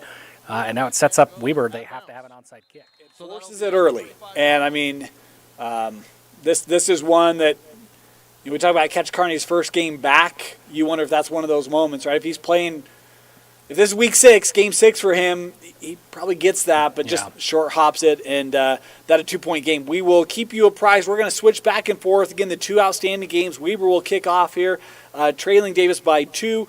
Also, Orem has a 59-54 lead over Skyview. We will, again, stay with those games. We'll take you in and out of those games as we kind of wrap up the night here on the Red Zone. Yeah, another game that is still going. Syracuse and Farmington, we talked about that. It's in overtime now. Farmington with a late touchdown. There was a long kickoff return for a touchdown that was called back with a penalty that sends that game into overtime, 31-31. Jeff, you really haven't had your moments to complain about the officiating tonight. No. It's been a weird night. I know, and it feels wrong. Yeah, I'm a little I'm sure I can. I mean, Kawe Akana did get a celebration penalty for spiking the ball, which felt a little bit, crazy. I value my relationships with officials, so I won't comment on that. The other Region 1 game, Layton had an early 7-0 lead. Fremont comes back 15-7. Something brewing up in Plain City. Yeah, Celesi Moa, he had a big touchdown in that game. Manase Tuatagaloa had a couple of touchdown passes. That offense is starting. I mean, 15 points, nobody's going to write home about it, but that's a really good Layton team. Yeah. They've been great to start the year. Something's happening in Fremont. Corner Canyon and Mountain Ridge. Ooh. We haven't talked about Corner Canyon tonight. Not their greatest showing. I have a final here, Dane. I have 21-14 Corner Canyon. Mountain Ridge kept that close. They did, and all those points came in the second quarter for Corner. And here's the thing. I'm looking at that box score. Touchdown passes did not come from Kasuga. Now, I don't know what happened. Bronson Evans with 2 passing touchdowns tonight. I don't know if that's an error. I don't know if there was an injury. But given the way the season's gone for Corner Canyon, it wouldn't shock me if there's an injury because that team has had to fight through so many injuries. But they get the win. That's the most important thing, 21-14. Just so you're aware, Davis did recover the onside kick. Davis can kneel this one out. Davis will defeat Weber tonight to remain undefeated in Region 1 play. And an update in overtime in Syracuse. Syracuse scores a touchdown on their first possession. They get the PAT to go up 38-31. Farmington scored a touchdown quickly, went for 2 in the win, but they did not convert. Wow. Syracuse sneaks away with a 38-37 win. Good one. Man, what a way to kick off play in Region 1. How about, so the last game we got going, Orem, Skyview with it inside the 30, trailing 59-54, fourth quarter. Again, we'll keep you updated for those of you on the radio. Bingham, it's been such a tough start to the year for Bingham. They get a good win tonight against Copper Hills. I know, it's Copper Hills. Copper Hills had a winning record coming into this one, folks. Yeah. Copper Hills was ranked, 11th in the RPI or 13th? It's a good win for Bingham. Try to get some confidence again, 35-14. Well, and a good win for a Bingham team that needed a win of any kind at this point in the season. They've scuffled. I think they were 1-4 coming into the night. They needed any good news. It is a good Copper Hills team. But right now for that Bingham team, no win is a bad win. Springville and Cedar Valley, that was a game I kind of had my eye on early. That was close. Springville, the Red Devils pull away. It's 55-13 as the final there. Boy, some big action tonight in Region 5. We talked about Northridge had defeated Bountiful last week. Had defeated Viewmont last week. There's all sorts of games in Region 5. We want to get there. But let's go out to Skyview because the Cats have the ball in the red zone. In the red zone. Clark pitches it out to Stokes. Bulldozes his way through, gets about 1 or 2 yards on the carry. Stokes has had to work for every yard tonight. He's run the ball very effectively in the second half compared to the first half. But it's been a passing attack on both sides of the ball here tonight. Clark now dealing with 2nd and 9. He'll throw it deep. He's got Guthrie. Touchdown! 14 yards from Clark to Guthrie, and that's 5 touchdowns on the night for Liam Guthrie. And with 1:23 to go, Skyview has the lead back.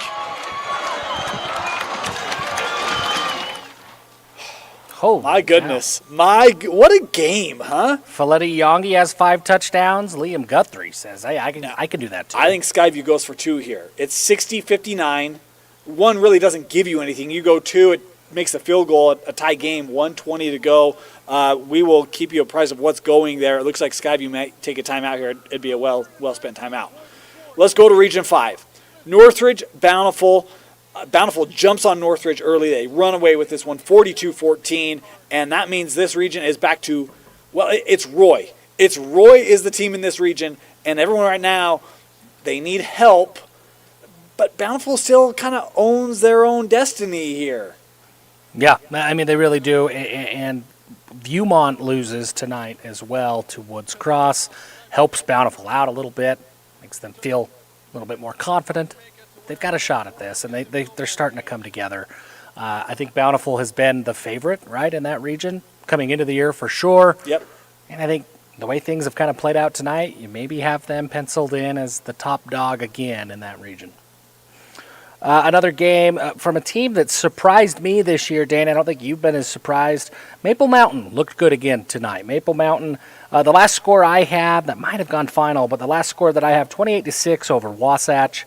The Golden Eagles have looked good, and they have looked consistent every single week. That's a team to watch coming down the second half of the season. The thing I like about that group is it feels like their defense is stout every week. You know, they don't necessarily go out and drop 40 each week, but their defense is always there in it. Big game in Region 6. Olympus coming off that win last week, taking on East, and Olympus gets the big win, 33-10, the final for the Titans, as now one remaining undefeated team in region play in Region 6, that is the West Panthers. As you can see, that game right here, Skyview going to go for two. Goes into the end zone, and it's picked off. No good on the two-point conversion, and that's Faletti Yongi. He's cramping up again. So he got a pick as well. But he's cramping up again, and second. You know what helps for cramps? V8. Here you go, Jeff. Ooh, I'm not cramping. And even if I was, I'd take the cramp. All right. Another game that has been closer than I expected it to. I mean, Roy and Bonneville, I don't think that anybody thought that would be close with the way that Roy has looked. 55-35. The Lakers have shown well in that game. It's up there at Budge Stadium in South Ogden, but Roy looks like they're going to come away and stay undefeated. They just continue to score and score and score. A game we have not talked about tonight, Provo and Timpanogos in Region 8. Both these two teams were undefeated in region play coming in, as is Spanish Fork. Spanish Fork gets the win tonight, but Provo, Timpanogos, last check, 42-35. Bulldogs with the lead. That is at Timpanogos. But that's a big game for both of these two teams and their hopes for a region title. Yeah. Ridgeline, another one of our top 10 teams in the top 25 poll. They get 6 different touchdowns from 6 different players with a 42-6 win at Bear River. Dixie tonight taking on the boys of Pineview and the Dixie Flyers. Remember, such a tough start to the year. 34-28, Dixie over Pineview. Nice win for the Flyboys. Game we talked about as it was coming into halftime, and which I so expertly and accurately predicted. Stansbury does get the win over Park City. If you remember my analysis, it was very astute. Excellent. Yeah, it was very well methodical, done. Detailed. I mean, really broke that down. Yeah. And your analysis led you to getting that accurate, Jeff. Well, of Great course call. it did. I mean, it's 14-10. Stansbury gets the win over Park City.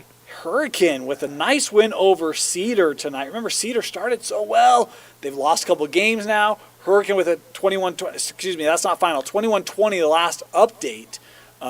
Hurricane leading Cedar late in that one. And Dane, you know my favorite team in the state of Utah this year. There's no question. It's Ogden. Are you ready to talk about 5-0 Ogden? 42-7 win over Union. The schedule's about to get a lot tougher for Ogden. They've got some big games coming up, a rivalry game against Ben Lomond. They played Morgan, so the schedule's about to get a lot more difficult. Yep. But Eric Jones looks great, 5-0. Man, what a job for Coach Thompson. We talk about Beaver Kanab, that one final. Rigby and West. West, once again, playing out of state. Again, you can see what's happening in that Orem game. About a minute to go. This one thrown to about the 40-yard line. That'll be a first down. Again, that clock stops for chains to move. Orem will get back up on this quickly. But Rigby, one of the best teams out of the state of Idaho, the old Gem State, coming down to take on West. 35-33 last check. Rigby out in front of the West Panthers. This game, let's get out to Skyview. Let's see what Orem does. Less than a minute left to go in this one. Wait. Overthrew him just a little bit to the right. 51.2 seconds left.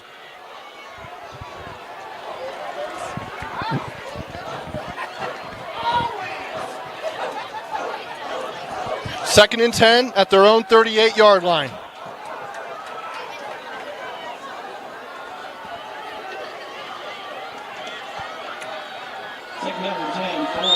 Now here's Tatum Kava with Beckham Curtis to his right.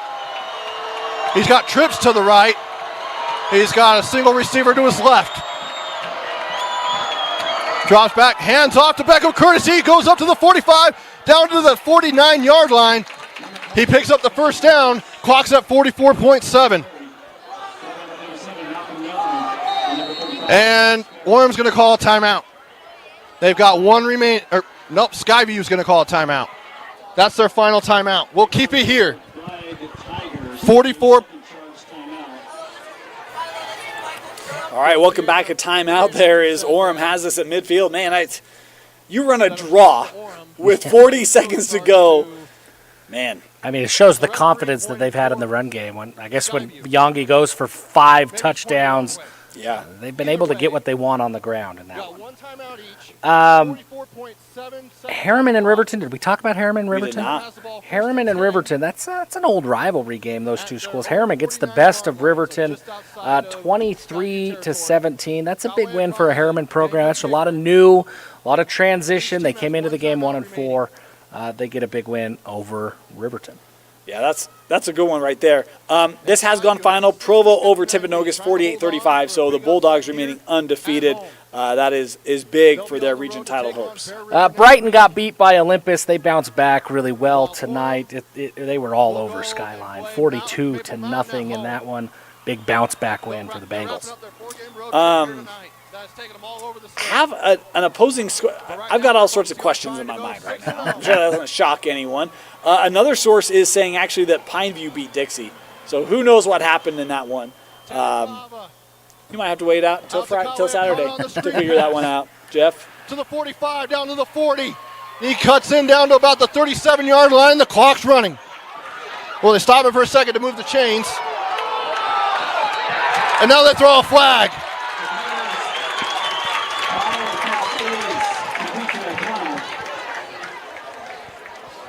On the play. That results in Tigers first down after the play, flag on the field. We'll see what the call is. I'm guessing, actually I'm not sure.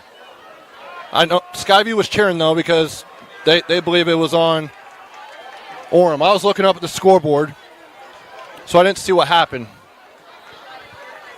But the officials are discussing.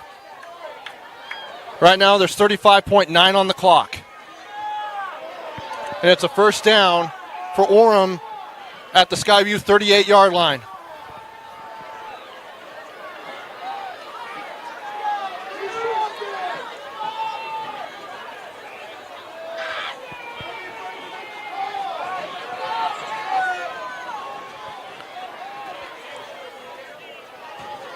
Personal foul on Skyview and on Orem, so penalties offset. And Coach Alders just clapping. He's fine. He's like, let's go. First and 10 for the Tigers at the Bobcat, 38-yard line. So penalties offset. It's first and 10. 35.9 to go. The clock is now running. Sitting at 30 seconds to go here in the ball game. Kava back to pass. Rolls to his left. Pitches it out to Riker Mickelson. He cuts out to the 30-yard line and out of bounds. We'll see where they spot him. Powell's pass is complete to number 4. Riker Mickelson. Runs out of bounds at the 31-yard line. 31-yard line. They give him a gain of 7. second down, 3 to go. 17.2 to go here on the game clock in the ball game. 2nd and 3. Kava looking, shovels it out to Mickelson again. He goes out of bounds once again. This time picks up the first down. They're just chipping away at the yardage. Each team with 1 timeout remaining. 11.1 to go on the clock. 1st and 10 from the Bobcat, 27-yard line.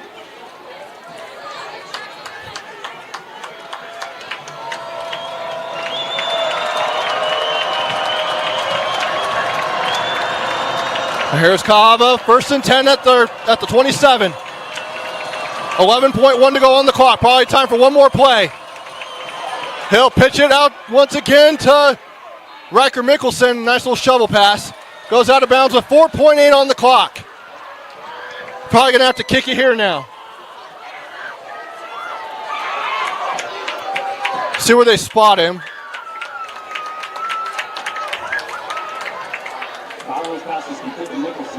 Each team with 1 timeout left, 4.8 on the clock. Cotway O'Connor's coming out to kick. They spotted at the 22, so it's a 39-yard field goal.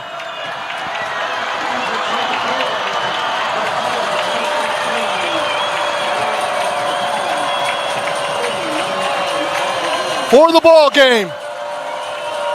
And to stay undefeated, O'Connor goes up, and it's no good! No good, and that's the ball game! Skyview wins!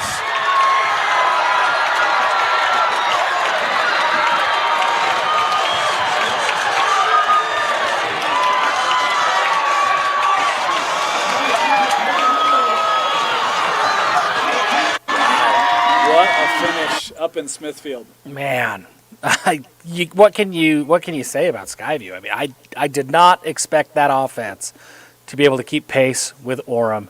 60 points. Now, I think they had a defensive touchdown or 2 in there, but 60 points is unreal.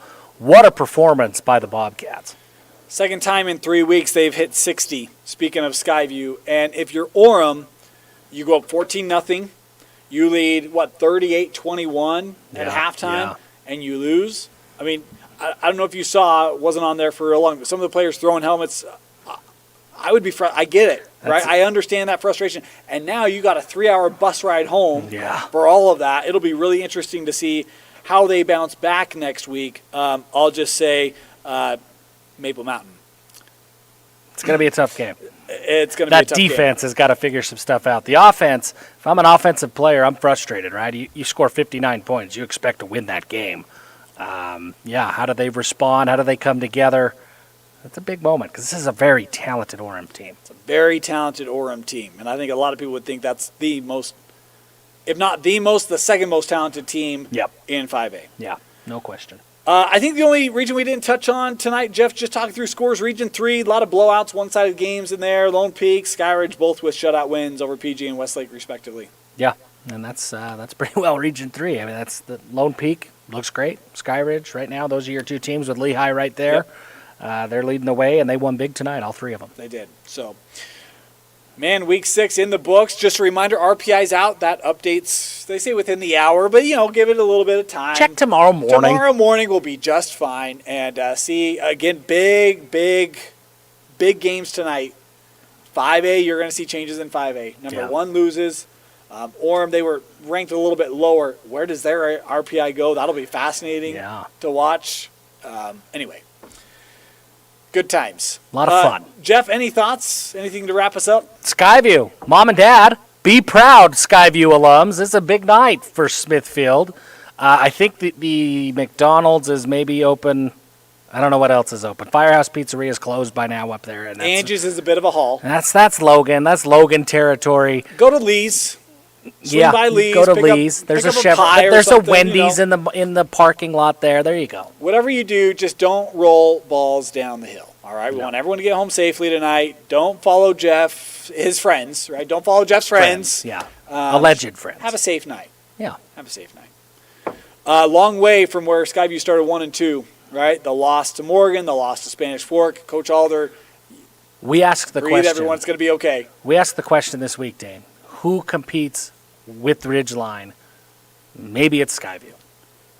It may be. That game's a couple weeks away. It may be. They're playing really good football right now. Yeah, yes, they are. All right, week 6 in the books. Just a reminder, you can join Jeff and myself this next week. We'll catch up. We'll have 4 questions on our 4 downs. If you have topics you want us to talk about, hit us up on social media, and we'll see if those questions make the cut. Also, you can check out our top 25 videos, and as always, our top 5 plays. Want to thank you for joining us here on the Friday Night Red Zone. For Jeff Hansen, Vince Ransom, my name is Dane Stewart. Thanks for joining us, and we'll see you next time here.